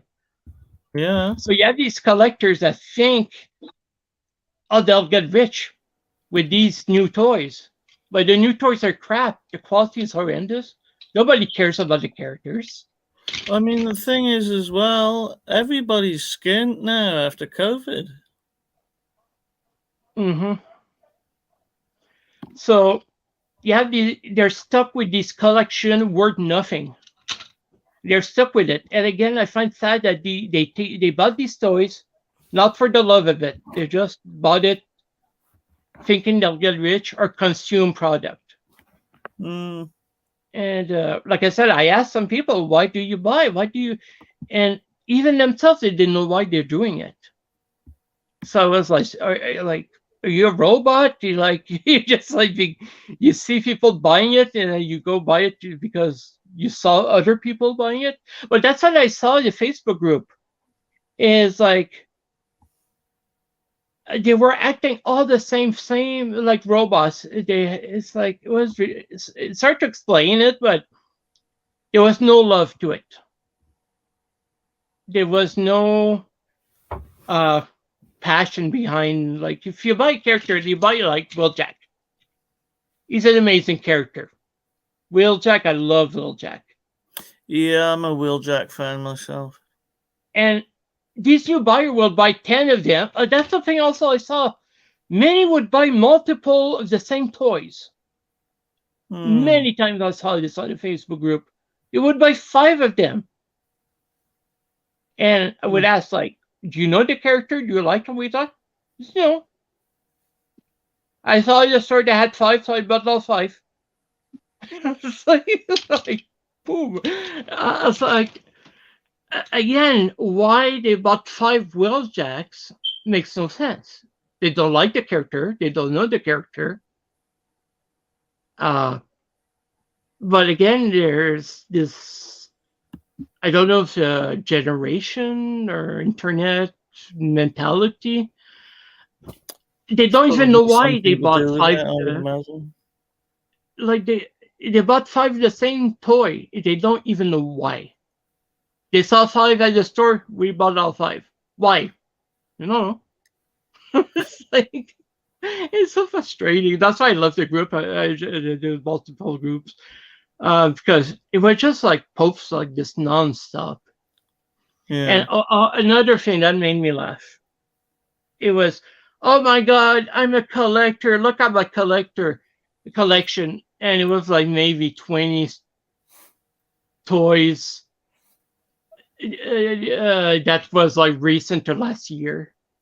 And they would boast of it and talk like huge posts how they're an amazing collector. It's like, dude, your collection's a joke. It's like, I don't want to be an asshole, but no, you're not a collector. 20 Transformer doesn't count as a collector to me. A collector is someone that has passion, that's been collecting for years, knows his shit. It doesn't need to. What I like also, I saw some collector were nostalgia for Armada, Energon. So they grew up with these characters also, which made new fans. And they know their stuff also. And many of these will go look for G1s because they're curious. Well, they want, wow, how come this Prime is cool in Energon? It might be even cooler in G1. So they go and they become G1 fans also. Yeah. Like I'm a fan for every like G1, G2. I'm not associated to only one series. I know some G1 are surely G1. They don't buy any other toys. And I know some site. Okay. And baby. Yeah. Okay. Can you get me something to drink? Where's Ginger? She was here with me. So sorry, my wife. And what was the point? What's that? So you have some nostalgia and making you nostalgia for new characters, but what I find frustrating is, let's say you have 20 fans who grew up with G1 drag strip. But this one came out, it was hard to find. Very hard to find actually in Canada. I managed to find it at Walmart. I was surprised.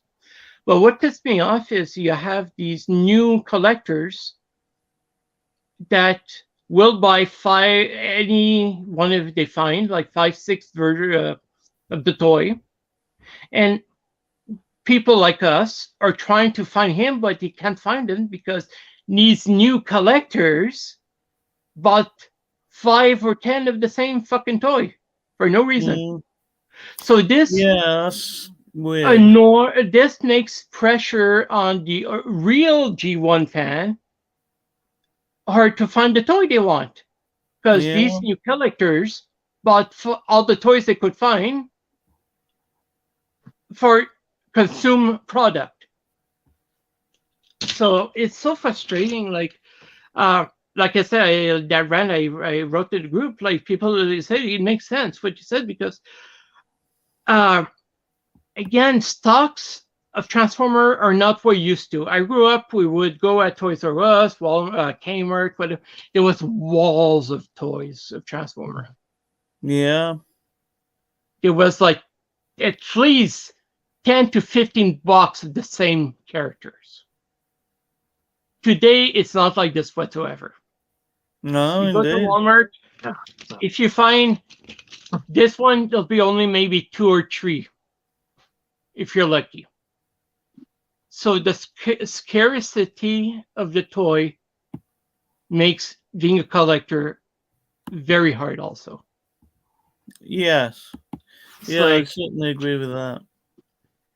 And again, I would go to Walmart, like Twin Twists as an example. There were like 15 of them when I went to Walmart, Toys R Us. And I'm sure when I got mine, probably a scalper went and got them all for eBay. So this is the frustrating part. In the past, we didn't have scalpers. Also, that's another aspect. Growing up, scalpers didn't exist because eBay, internet didn't exist. Yeah, that's true. So now there's this new aspect of making a toy scarce. Because scalpers are the new, again, I call them fake collectors. so they're making some characters, especially some more unknown characters, hard to find because of them. So yeah, which is a shame. it is frustrating, and it's a shame that it's like this today, because again, it's so sadly corrupted by money and greed of people, and again, consume product that we grew up. We collect for the love of the toys, the love of the characters, what they represent. Often, I have like 150. Why? Because it's such an amazing characters. Not on Netflix, obviously. But again, he's a cool design, cool character, cool, and it's so hard to find toys that represent this now. Yes, that's true. If you look at characters, I was on. I didn't like much the I have the earlier version of him, and him as kids. I didn't like much the mold, to be honest. And I was on the fence. So I said, well, I still like the character of Skids in the comics. So is a script character enough? And so I got him. And to be honest, I'm happy I got him, because it's a good representation of the character. If you read the G1 comics, he was a good character.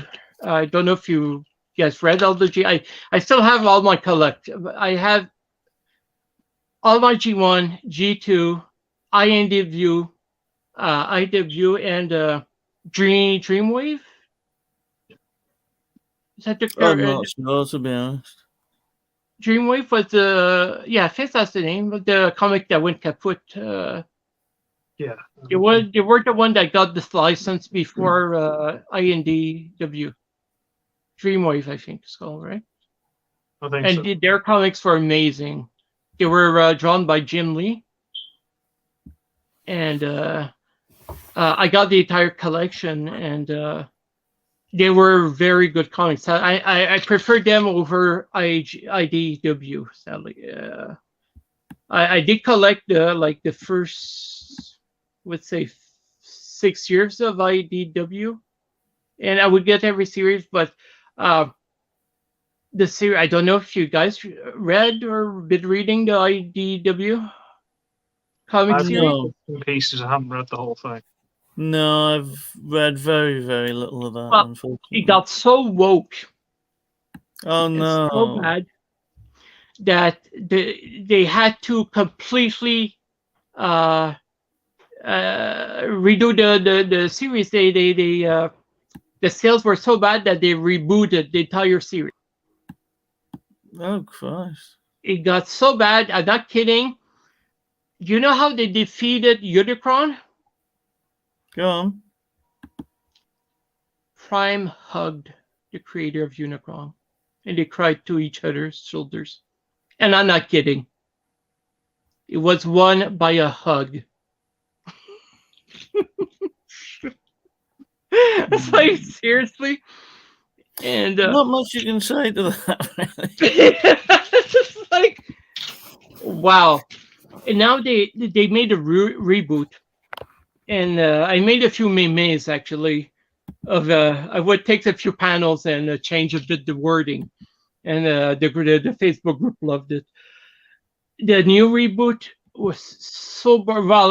Right now they lost the license. We don't know, but they lost the license of Transformer I debut. So Hasbro is gonna give the license to someone new. We don't know yet. But it was so bad, even Hasbro removed their license from them. Because the new reboot they did is so boring. It's pre-war Transformer. So I'm not kidding. I didn't buy them. I just read them somewhere on the internet for free. Because no way I would buy any of it. No. 90% of the freaking series, I'm not exaggerating whatsoever, is you have characters walking or sitting down talking. zero action almost. It's all talk. And if you get a fight, it's like maybe 4 or 5 panel badly drawn. It's so horrendous.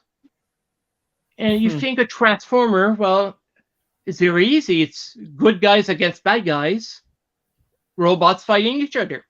Yeah. Easy concept. Very easy. Nope, they fucked it up.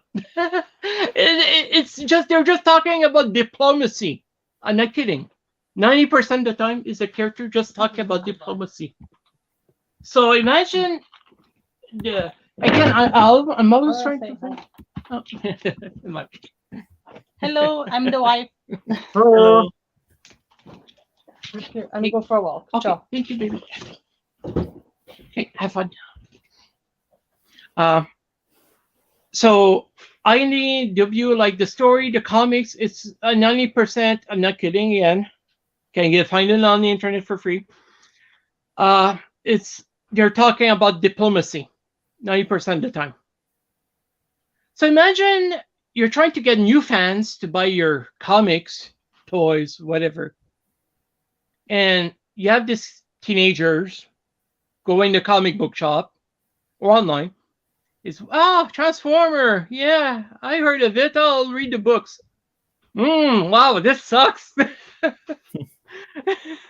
It's like, yeah, I there's think it's zero a bad action. choice, particularly for comics, to make it all about diplomacy, man.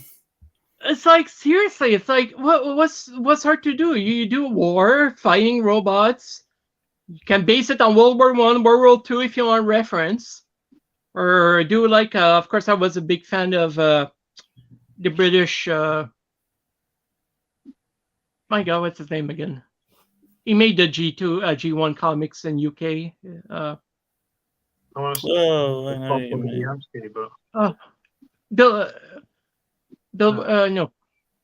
My God, what's his name?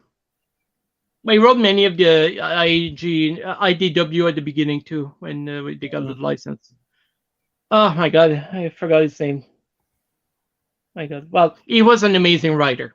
Like, because of him, like especially the comics, when the Americans start printing the British prints, it was amazing. The stories. Simon Furman. Yes, thank you, Simon Furman. Yes, that's My right. God. Also, the Good. artists, some of the British artists was amazing. Of course, I know them, but my brain is sadly kaput. Some of the British artists were some of the best ever. And some of the artists you should see at IDW are worth for shit. The drawings are horrendous. Like, I'm a comic book artist myself. Yeah. And somebody that has zero talent can draw better than them. They hired the cheapest they could because, again, they're like I think they were $53 million in debt. IDW. 23 or 53, something. Well, they were in millions in debt. They are in millions of debt right now. I was still surprised they're still open. And they've been, I would say, the last 6 years, they got woke, sadly. So they started intruding lesbians, Transformer in it, gay. They made what's his name? They made many character gay. Ratchet was in love with Skids or something like that. I'm not kidding. They made Ratchet gay. Cyclone Tailgate, was it? Cyclone was gay too. Lots of characters were gay. Probably even Optimus Prime was gay for Megatron. And like, again, like, we don't want to read this crap. Like, we don't care about sexuality in Transformer. We just want robots fighting each other. But no, they have to talk about their feelings. And the thing is, anyway, they're robots. Where does sex really come into it? Exactly. It's like they can bang each other like a washing machine. It's ridiculous. So the storyline just went like boom, and of course they lost millions of dollars on sale because well, who wants to read robot gay shit? Sorry for language. I don't care if I offend anyone because this is the truth. 99% of Transformer fans are not gay. I'm pretty sure of that. Thing is, even if they are, I don't think they want to read like, oh right, okay. I wonder if Optimus is going to punch Megatron. No, he's kissed him. Yeah, exactly. It's like again, it's like Not what we're there for. There are plenty of other places to get that. For toys, the funny part also, that's something 90% of the time. Like we watched a cartoon G1. Every episode we would see the Transformers transform many times. That's the fun part of a toy is transformation. That's why they call Transformer. But in the freaking comic, do you know how many times they would transform? 0. It was extremely rare to see a vehicle used. And it's like That's strange. you have to implement like if you're making a story about Transformers, well, you should implement transforming vehicles in your story about war, fighting. Okay. You would think like again, that's why like I got an entire battalion of tanks. Trust me, I'm gonna use this in the story. Obviously, I won't make. Oh, I bought this guy to transform a tank so he can kiss the other tank. Fall in love with it. You know, it's like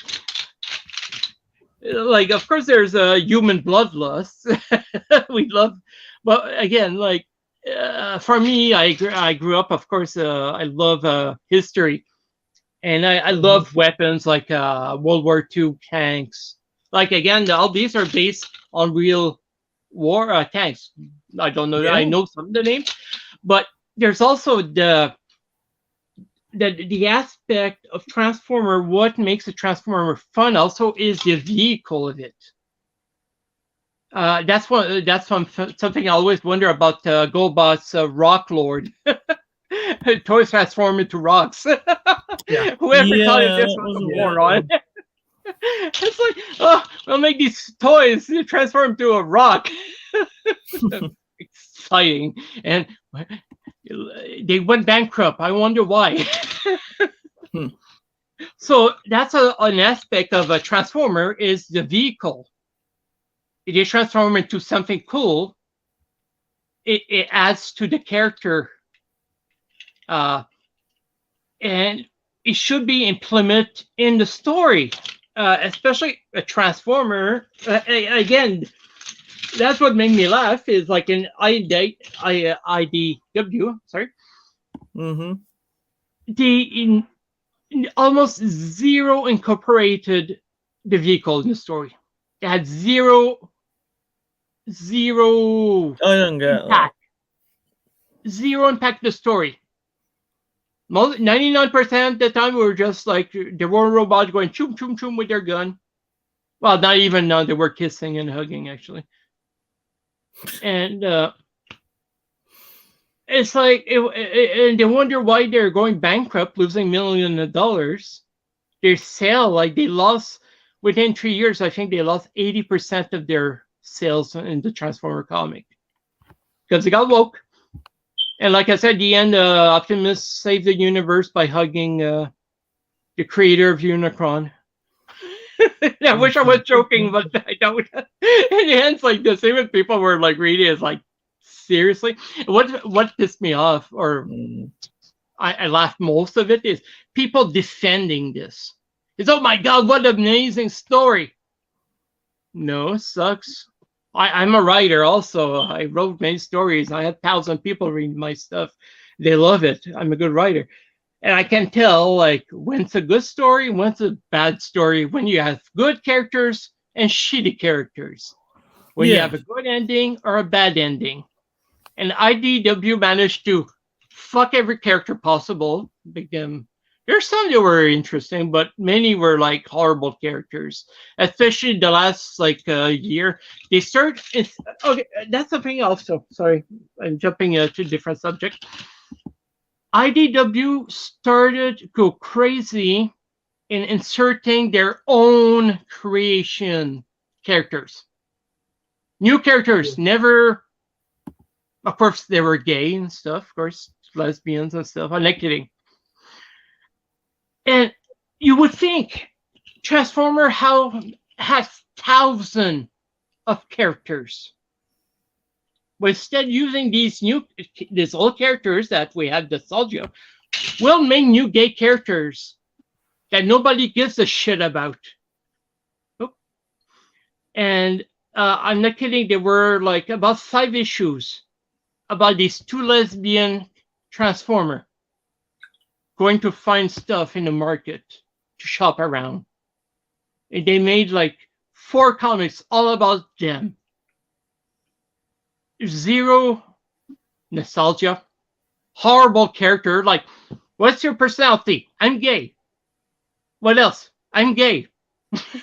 That's like horrible characters, no personality, no charismatic characters, nothing.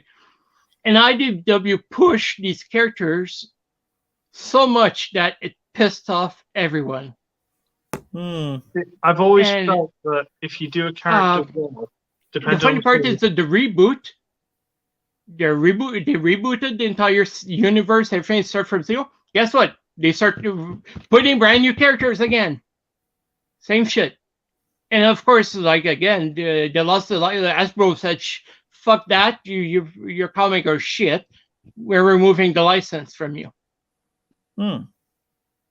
And then you have these weirdos, I call them, that, oh my god, it was the best story ever. And it's like, why do you think it was good? Oh, because consume product. They like, again, there's no horrible characters, horrible, but they're again, you ask them, why do you like the comic? And they can't answer you because they know it's shit, but because it's woke, for them it's good. And it's like, I don't care if it's woke or not. Give me a good story. You have good story with gay characters. Yeah. You can write fantastic story. Our character can be gay. As long as you have good characters and good story. Like manga, comics and I don't know in Britain, but Canada, in US and Canada, comics are shit now. Marvel, DC. Oh, Marvel's gone to the dogs completely. Nobody's buying comics anymore. Nobody. Yeah. You go to a comic book store, it's empty. Because it's all got woke. I'm not kidding, they made a new gay Spider-Man. Wearing a tuxedo or something like that. I saw. I've seen. It's like, and then they made the Superman son gay. And everyone's turning gay. And I don't care. Nobody cares. It's not about gay. Like, that's the fun part. It's like, if you write a good character, their sexuality doesn't matter. That's what I was trying to say. But sadly, comic books in North America, that's all it is now. So they're losing millions. BC and Marvel are like barely surviving. IDW is, like I said, 23 or 53 millions in debt. Most comic books are horrendous. Nobody's buying it. I used to buy lots of comics when I was young. And nobody's buying. And then you have manga here. And I buy manga every month. I buy some old stories that I grew up with. I love horror manga. And the funny part is you go the bookstore. We have a big storage chapters here. And we have like 5 aisles just a manga. Then American comics, not even on an aisle. And there was a report a few months ago saying that just one manga, Dragon Slayer, I think it's called. I watched the series on Netflix. It's not bad. It's nothing like too original. But just the manga in North America, just that one manga, single series, outsold every American comic together easily. DC, Marvel, you take every freaking American comic, put them together, and that one manga outsold everyone. Like the entire combination, the American. That's how bad the comic book. And what I find it is they double down on it. Instead of realizing, oh, maybe we should concentrate on the better characters, better stories. Nope, they'll double down. That's what happened. The new reboot. Instead, okay, let's write interesting stories, new take on characters. Nope, they just like double down again, insert their new characters, and horrendous state. It's such a horrendous state for comic-wise. Again, we went to the bookstore the other day. I bought a few mangas. And I just stop and I glance at what is the American, and I'm not kidding. There was a big book. And I'm not kidding. There was the book, a comic book, a graphic novel. I was publishing graphic novels in the past myself. But this graphic novel, horribly drawn, and my adventure in high school as a trans. I was like, wow, I'm sure lots of people will buy that book. This was like highlighted. They had like a special place for it, like #1 and blah blah. It's like, what's this crap? It's like, this wasn't the comic book like with the Marvel and DC Superman and Spider-Man and stuff. That was like the book that was showing the most. My adventure in high school as a trans. It's like, yeah. Again, I got nothing. You can be trans, gay. I don't care. It gave me good story. Gave me good characters. Your sexuality should not be #1 thing you want. Same for Transformer. That's why, again, as a Transformer fan, these are robots. Sex shouldn't apply to them. So, my best example. So we're hoping whoever gets the new license to make Transformer comics won't be woke, but it's very likely he'll be woke. And this again, every time they do shit comic series, Netflix series, they manage to kill more and more interest in Transformer. Because as collectors like us, we grew up, we watched this crap and we're like, we're there. I'm asking, what the fuck are they doing to Optimus Prime now?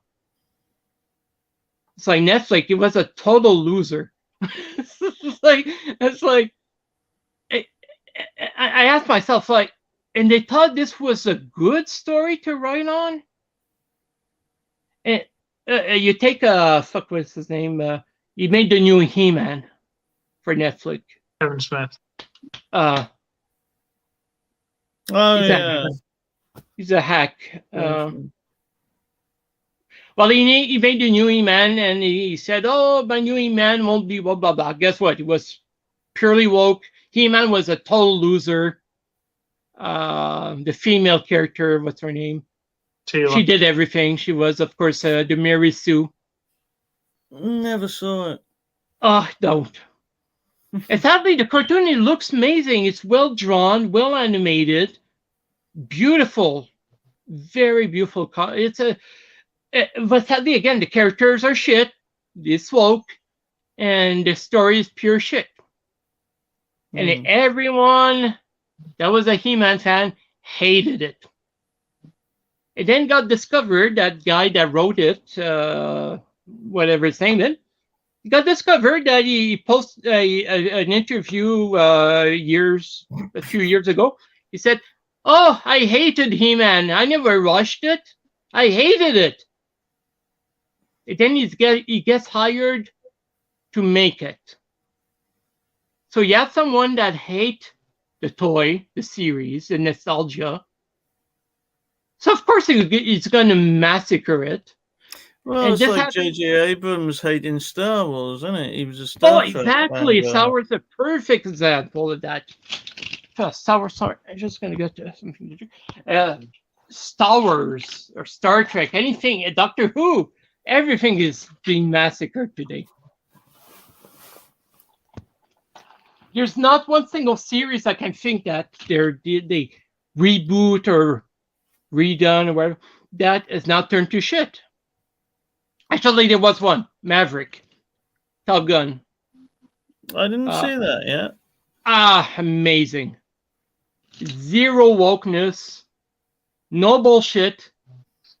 There were female pilots that was oh my god, no shit. They didn't fuck it up. They were just there minding their own business. They might be lesbian. I know they don't care. They were good fighter pilots. That's what matters. Mm-hmm. And it made right now it passed $1 billion around the world.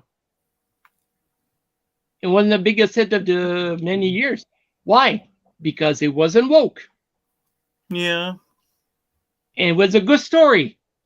And the characters were extremely well written. And the nostalgia was there, yes. But they didn't fuck up the nostalgia part of it. They continued it.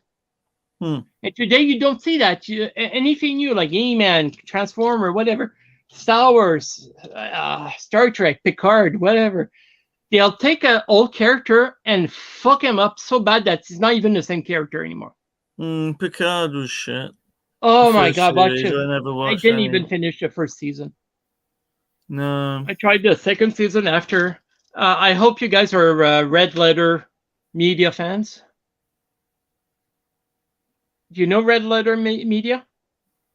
No. No. Not off the top of my head. Oh my god. Okay. Promise me you will go at their YouTube, Red Letter Media. I promise you'll piss your pants laughing. Cool. Okay. What they do is they review movies or TV show, and how can I describe it? Very sarcastic humor.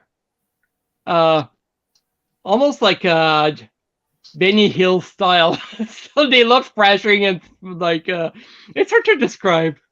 They have like this old nostalgia like comedy they review, and you just need to watch them. They've been doing this for years, and it's called Red Letter Media, and they were huge Star Trek fans, Star Wars fan, Doctor Who fans, and so they watch these shows and review, and like they massacre the shows, being truthful to it.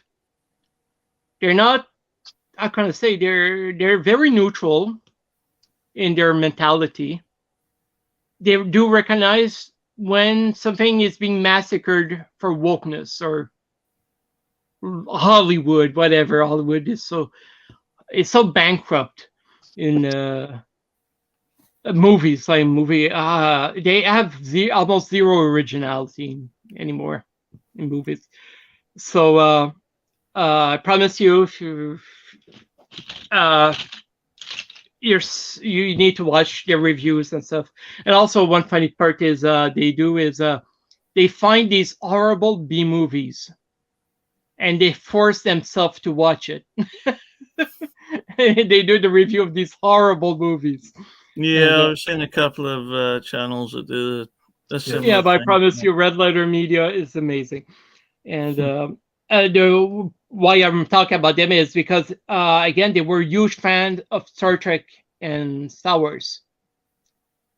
And they watch all the new shit coming out from Disney, of course, and they analyze everything and they explain why it's shit, and because why is it shit.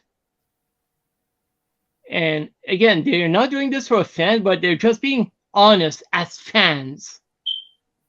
As again, people like with Transformer, they grew up with Star Wars and Star Trek, which we all did. But they're like pretty much Star Wars nerds and Star Trek fans. So they know their shit. They know their. So you see how like they even like many times commit suicide almost watching these new TV shows because it's so bad how bad it became. Sadly, almost everything we grew up with got infested by wokeness. I cannot. Yeah, a lot of stuff did. I cannot know a series that they remade, movies that has not been turned to shit. Again, I don't mean to offend anyone. I'm just being honest. And when I say it's turned to shit, is they take nostalgia characters and they just completely change. It's like Picard. Picard used to be such a stoic character, good leader, very concerned. And the new series, a joke. They turn him into a joke. It's like a senile old man, and it's the writing's horrendous, and of course they're all full of Mary Sues. Like again, almost every series on TV, especially by Disney now, it's always a Mary Sue now. It's like the woman has to. Again, I'm not against women. I'm married. I love women. I hate feminists. I won't say it. I won't deny it. But I don't hate them. It's like it's just shoved down our throat so much. And again, the story of you take any superhero like a Thor. Actually, right now, Thor is coming out and it's being badgered right now. It's not doing well. Guess what? It's because they promote it as the gayest Marvel ever. And people are saying there's no gay in it. Why they're promoting as being gay, they don't know. But by doing this, again, that's what I don't understand is these companies, any companies making Disney, Hasbro, well, comics, TV, movies, they try to turn everything into wokeness. But by doing this, they alienating the, you know what I mean? Yeah, sorry, it's like all their fans by doing this. And again, as a comic, I remember like when I talked to people at some Transformer boards. Sorry, my voice, losing my voice. Why they're turning everything Star Wars, Star Trek, Transformer? They're turning everything to try to please the LGBT crowd. By doing this, you're alienating all your straight fans, which form probably 80 to 90% of your fan base. So why do they cater to the only 10% that are LGBT, whatever? And I don't know if you heard this saying. I love it. It's called "Get woke, get broke." No, yeah, get woke, get broke. And this happening to Disney. Every company is losing thousands of money, millions per day, because for some reason, again, it includes Transformer IDW, the comics. They cater to the 5 or 10% of the LGBT community. So by doing this, they're alienating 90% of their fan base. And they wonder why they're going broke. And of course, they accuse this. I see it every freaking day. Oh, you're not buying your product. You're a nomophobe. And my logic, and I will say it, I wrote it. Again, I'm not scared of anyone or shy. I said, I'm straight. Why would I want to buy gay shit? I'm sorry. It doesn't appeal to me. Transformer, robots, they should be fighting, not kissing and hugging each other. So their defense, oh, you don't buy your product, then you're an homophobic person. That's their logic. I've seen it so many days. Every day I see it. On YouTube, whatever. Because, an example, perfect example. The new Disney movie, Toy Story, the space guy. Buzz Lightyear. Yes, they made the new movie. I don't know if it played right now in the UK or not. I'm not sure. Well, guess what? It went woke. There's lesbian in it. The movie bombed. It bombed. It's the worst Pixar movie in history. It failed. Totally. Nobody went to see it. Guess what? The voice actor, the actor is what's his name? He's Captain America, Marvel. Chris Evans. Yes. Guess what he said? He's, everyone that doesn't go see our movie or Dinosaur because they're all a bunch of homophobes. Guess what? He made it worse. So this happened all the time. The minute, like, again, the planet is like the entire planet is 90% straight. But for some reason, Hollywood, the media, the fake media, they all cater to this 5 or 10% of people that are mostly on Twitter. The vocal minority. Yeah, and that's why they go broke. And again, why IDW lost the Transformer license. Netflix is a joke because they cater for these people. And a big problem also is they hire these people to write stories. So that's why the stories, again, Unicron got killed, defeated by a hug. Tell me that's not a joke. It is true. It's reality. And they wonder why nobody's buying your comic. Because you hire these morons that cater everything to them, to their sexuality. And most people in the world don't care about that. We don't care. We don't want just robots fighting each other. So you have Star Trek, Picard, whatever, Star Wars, that got everything, Doctor Who, got all infected. And they're losing millions of fans every freaking day, year, whatever. And I'll be honest, I don't know if it'll ever get good again. Because sadly, Hollywood or the media hired all these woke employees that not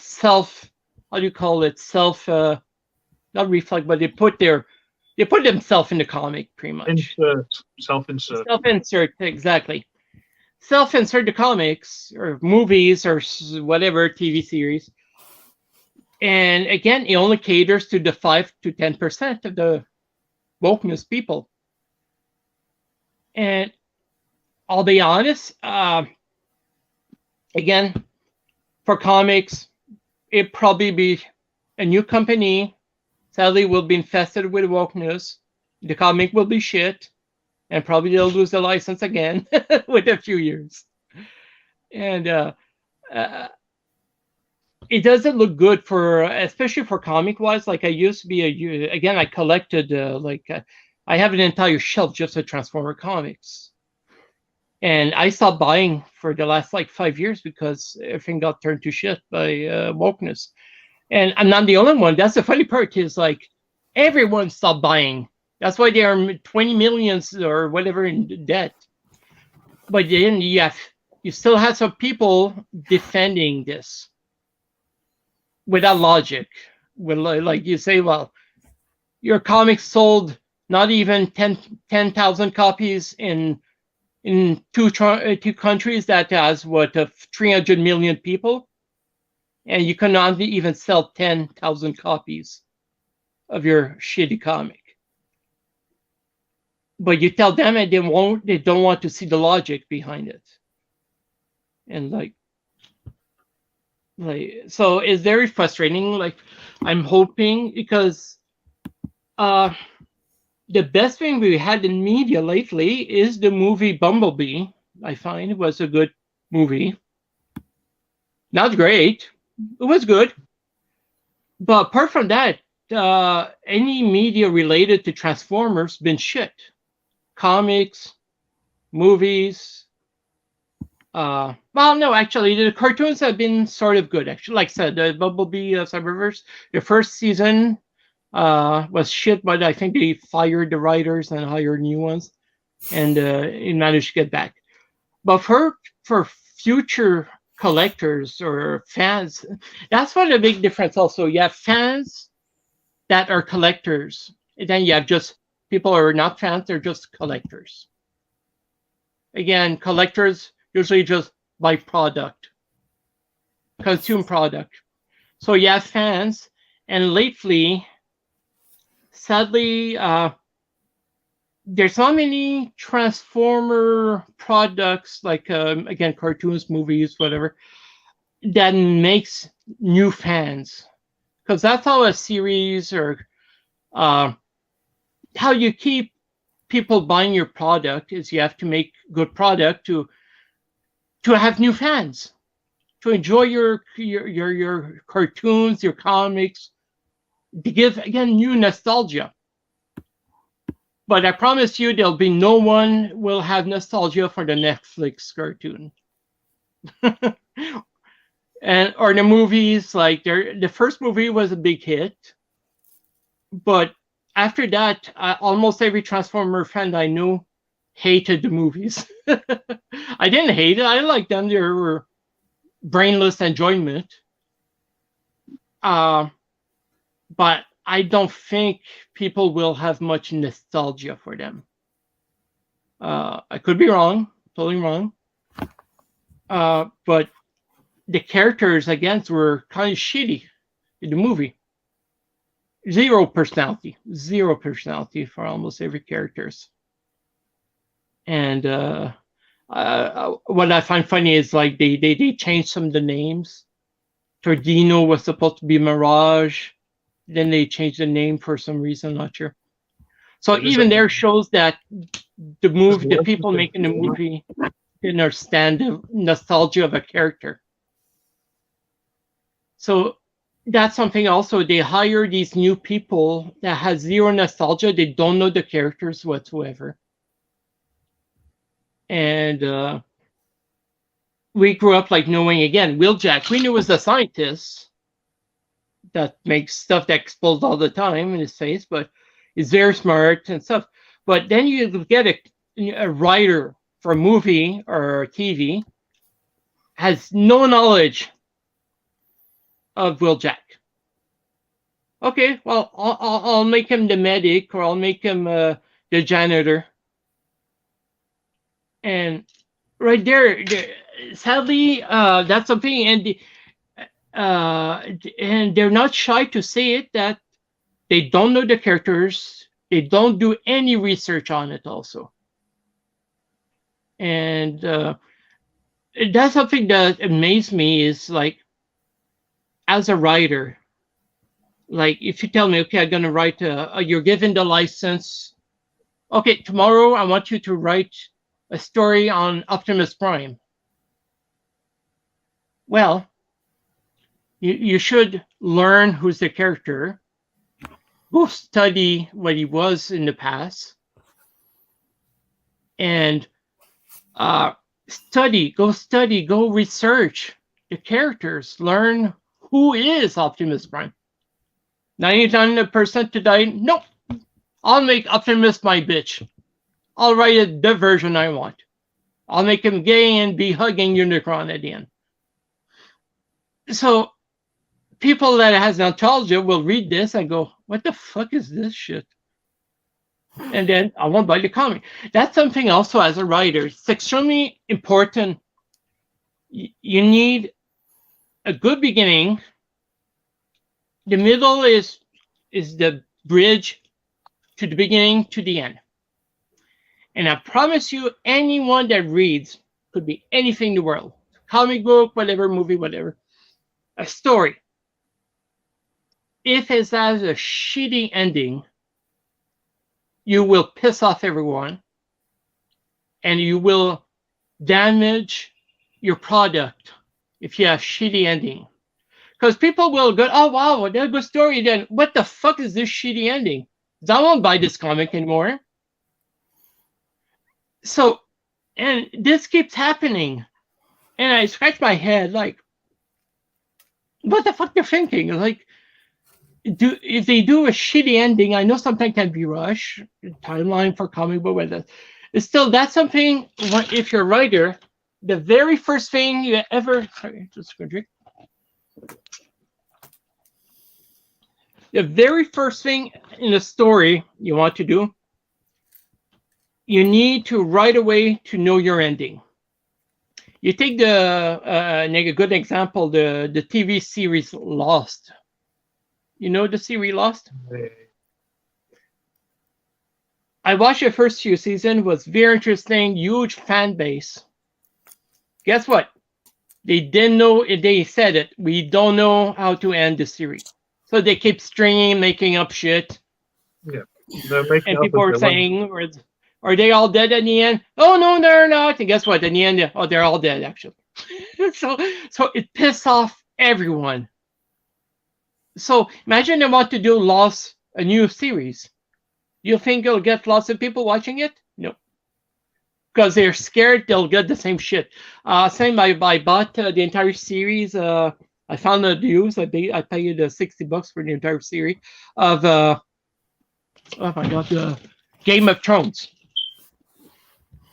I don't know if you watched the series Game of Thrones. Some of it. I've seen bits, I haven't seen all of it. Okay, I watched only the few season, but I know I heard that the last season or the ending is beyond shit. So I'm scared. That's why I'm scared of watching TV now, because if I get interested in a TV show or series, it's very likely it's going to turn to shit at the end because they don't know how to end it. Or it gets canceled. Netflix is known to, after 2 seasons, 3 seasons, they cancel the show. And so people have a hard time investing money and their time into series, comics, movies, because most of the time it'll turn to shit at the end. So again, we barely watch TV anymore because TV is horrendous. I don't know in Britain it's like this, but here in Canada, TV series, whatever, it's horrendous. It's almost unwatchable anymore. Again, bad writing, bad character. It's amazing, like how bad the writing is today. Again, I question myself, like, how the fuck did they wrote this and nobody said anything? Like, nobody said, "Yeah, that's shit. We should like try to get a better ending or get." Nope. Whoop. As long as woke. That's the problem. Is those many characters, again, it's like their sexuality is their main personality quirk. Who are you? What? My name is Jane. I'm gay. I would say, who cares? It's like, well, why you're telling me you're gay? I don't know. So I'm not, it's like, but that's their character. That's their personality. Is their sexuality. And well, I'm sorry, sexuality is not an ability. Is not an advantage. I see everyone is equal. I don't care religion. I don't care about your sexuality. Whoops, sorry. I don't care about anything, but I see everyone should be equal. No religion is better than any other religion. Same thing for sex. You have sex with another man, well, does it make you better than anyone? No. Man and woman, everyone should be equal. But sadly, the media glorifies it. Comics, movies, TV, movie, everything's infested, sadly, today with wokeness, and they glorify it. And again, it's so ridiculous.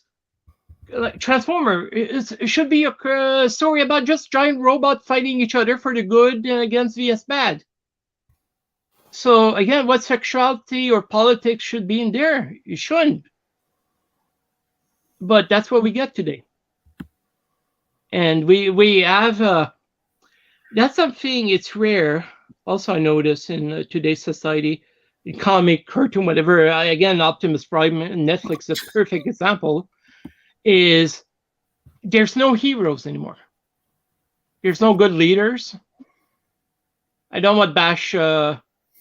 I don't want to go into politics, but look at Biden, Trudeau, most world, Macron, Australia, every country, their leaders are horrendous.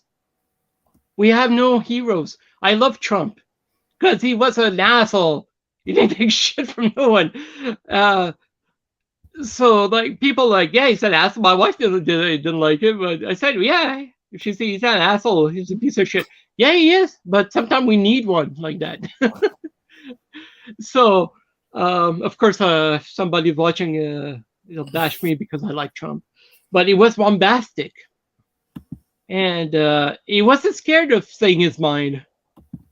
And we live in a world that everything is offensive. Everything. I remember a movie recently, and they were saying they couldn't use bullets or something because they were scared it would offend people that doesn't like guns. And it was like a war movie. I forgot what it is. I was like, seriously, you're making a movie, a war movie, but you don't want to show people using bullets because it might offend people. And what I find funny is these people will never go see your movie in the first place. If they're already anti-war, why would this affect your movie? You know they won't go see your movie. But no, again, it's so frustrating. They infect everything that not to offend, or they're trying to Buzz Lightning, Buzz the Star Wars, not Star Wars, Disney, Buzz Lightning, Lightyear, it was. Yeah. Well, it got banned in 14 countries banned it. And instead of making a movie that everyone can like, so by doing wokeness in your movie, whatever, right there you shoot yourself in the foot that many countries will ban your movies or TV or whatever, your product. Why do that? I don't understand. Don't you want to do a product that everyone in the world would love? No matter what religion, what sexuality you are? I'm sure, like, again, you have Transformer fans around the world. They love the toy, they love the cartoon around the world. And it's not because of the sexuality of the toy. So that's so frustrating, is like they're confirming everything for this, and they alienating so much people around the world, countries banning your product and stuff. And sadly, we don't know until it'll get better. We don't know. It's probably just going to get worse and worse and worse. We don't know. In Canada, we have a horrible prime minister. There's extremely wokeness. He's pro-China. He's pro global. He's a globalist, as he calls it. And we're dying. Our country economy is in the toilet. We had massive truckers, giant. I live in Ottawa. We're the capital of Canada, and we had thousands of people protesting. And you know what he did? He sent the police to arrest them. So pure tyranny. We never saw that in the history of Canada. That a prime minister sent police against, and they were not destroying, they were not fighting. You know what they did? They did a hockey ring to play street hockey. And they had balloons, inflatable for the kids.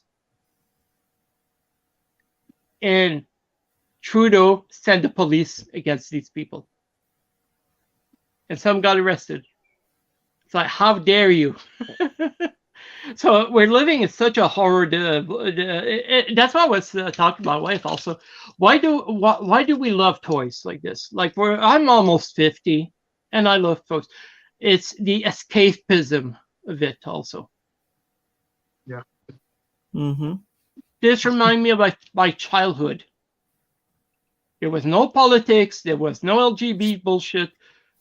It's just a toy playing pew pew with the robot going against the bad guy going pew pew pew pew. And the nostalgia is there because of simpler times, but also just it was. Again, we didn't care. The meteorite could land on us. We didn't care. We were playing with our toys. And today's still the same. When I play toys, I transform while watching TV. It's like I love transforming the toys. It's like a puzzle for me. There's so much like positive feelings around it. You have nostalgia. You have the toy, the design. Again, I'm a cartoonist, and I love looking at the design of a robot. Some toys I adore, like Wheeljack. I love his face. Optimus Prime, his face is so recognizable.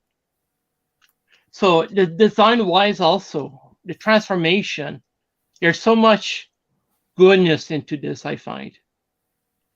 And again, it's escapism. So when I look at Wheeljack, I don't see, oh my God, he's gay. So it's like, but today's world, that's why they're trying to implicate all this wokeness into everything. And we don't want that. We just want to play with a toy going pew, pew, pew, pew. Same as the comic. You write a story about Simon Furman was an amazing writer. It was all about writing robots, fighting each other war, going pew, pew, pew, good guys against bad guys. But today, sadly, they don't know what's a good guy anymore. There's no, again, heroism. There's no good leader. So they don't know how to write good story because, again, they don't know what is a hero. Like in the comics, I'm not kidding, there was zero heroes. Like they made a Thunderclash. That's a character I love from G2. I don't know if he's been in any comics before. It's a G2 character. I love the toys. I always liked him. And IDW, of course, made him a buffoon, pretty much. Supposed to be a good leader, and they made him buffoon. And it's like you have a chance to write characters like memorable, good characters. And they don't know how to.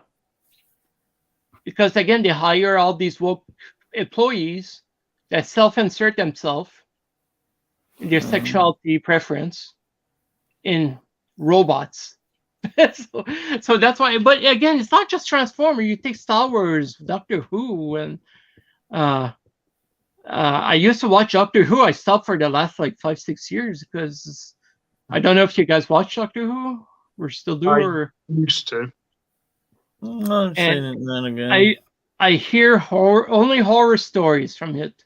I watched this British guy that huge a huge Doctor Who fan, and he did like a documentary of how and why it became beyond shit.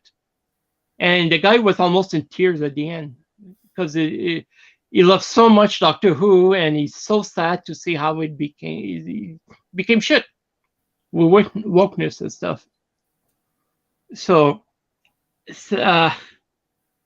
that's why, like, I'm planning to, when my house is finally repaired, I'm hoping in a few months.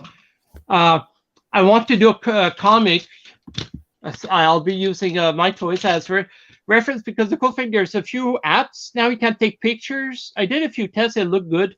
You take pictures, real life pictures, and it makes it look like a comic book. So it's really cool. And I did a few tests and look good. So I will probably do this in my future. And I promise you, anyone that reads my comic will love my comic. Because it will be full of action, full of characters, well written, and no wokeness whatsoever. I just want to write a good story with robots fighting each other. Good guys against bad guys. There'll be neutrals. Again, that's why I don't understand it. Like, it's such an easy concept to not fuck it up. But it's the same as Star Wars. Like, Star Wars, what it is, space adventure. But now I was like, there's no adventure in it anymore. There was look what they did to Luke. They massacred poor Luke. They killed I got Chewie and Harrison Ford. Han Solo, they killed him. Leia's dead, but sadly the actress. So every car, like, again, they perfect example is, of course, the joke of Rose Tico. You know the character. She's she's the self-insert character, Chinese, I think she was, or Asian. Yeah. And horrible character, horrible written.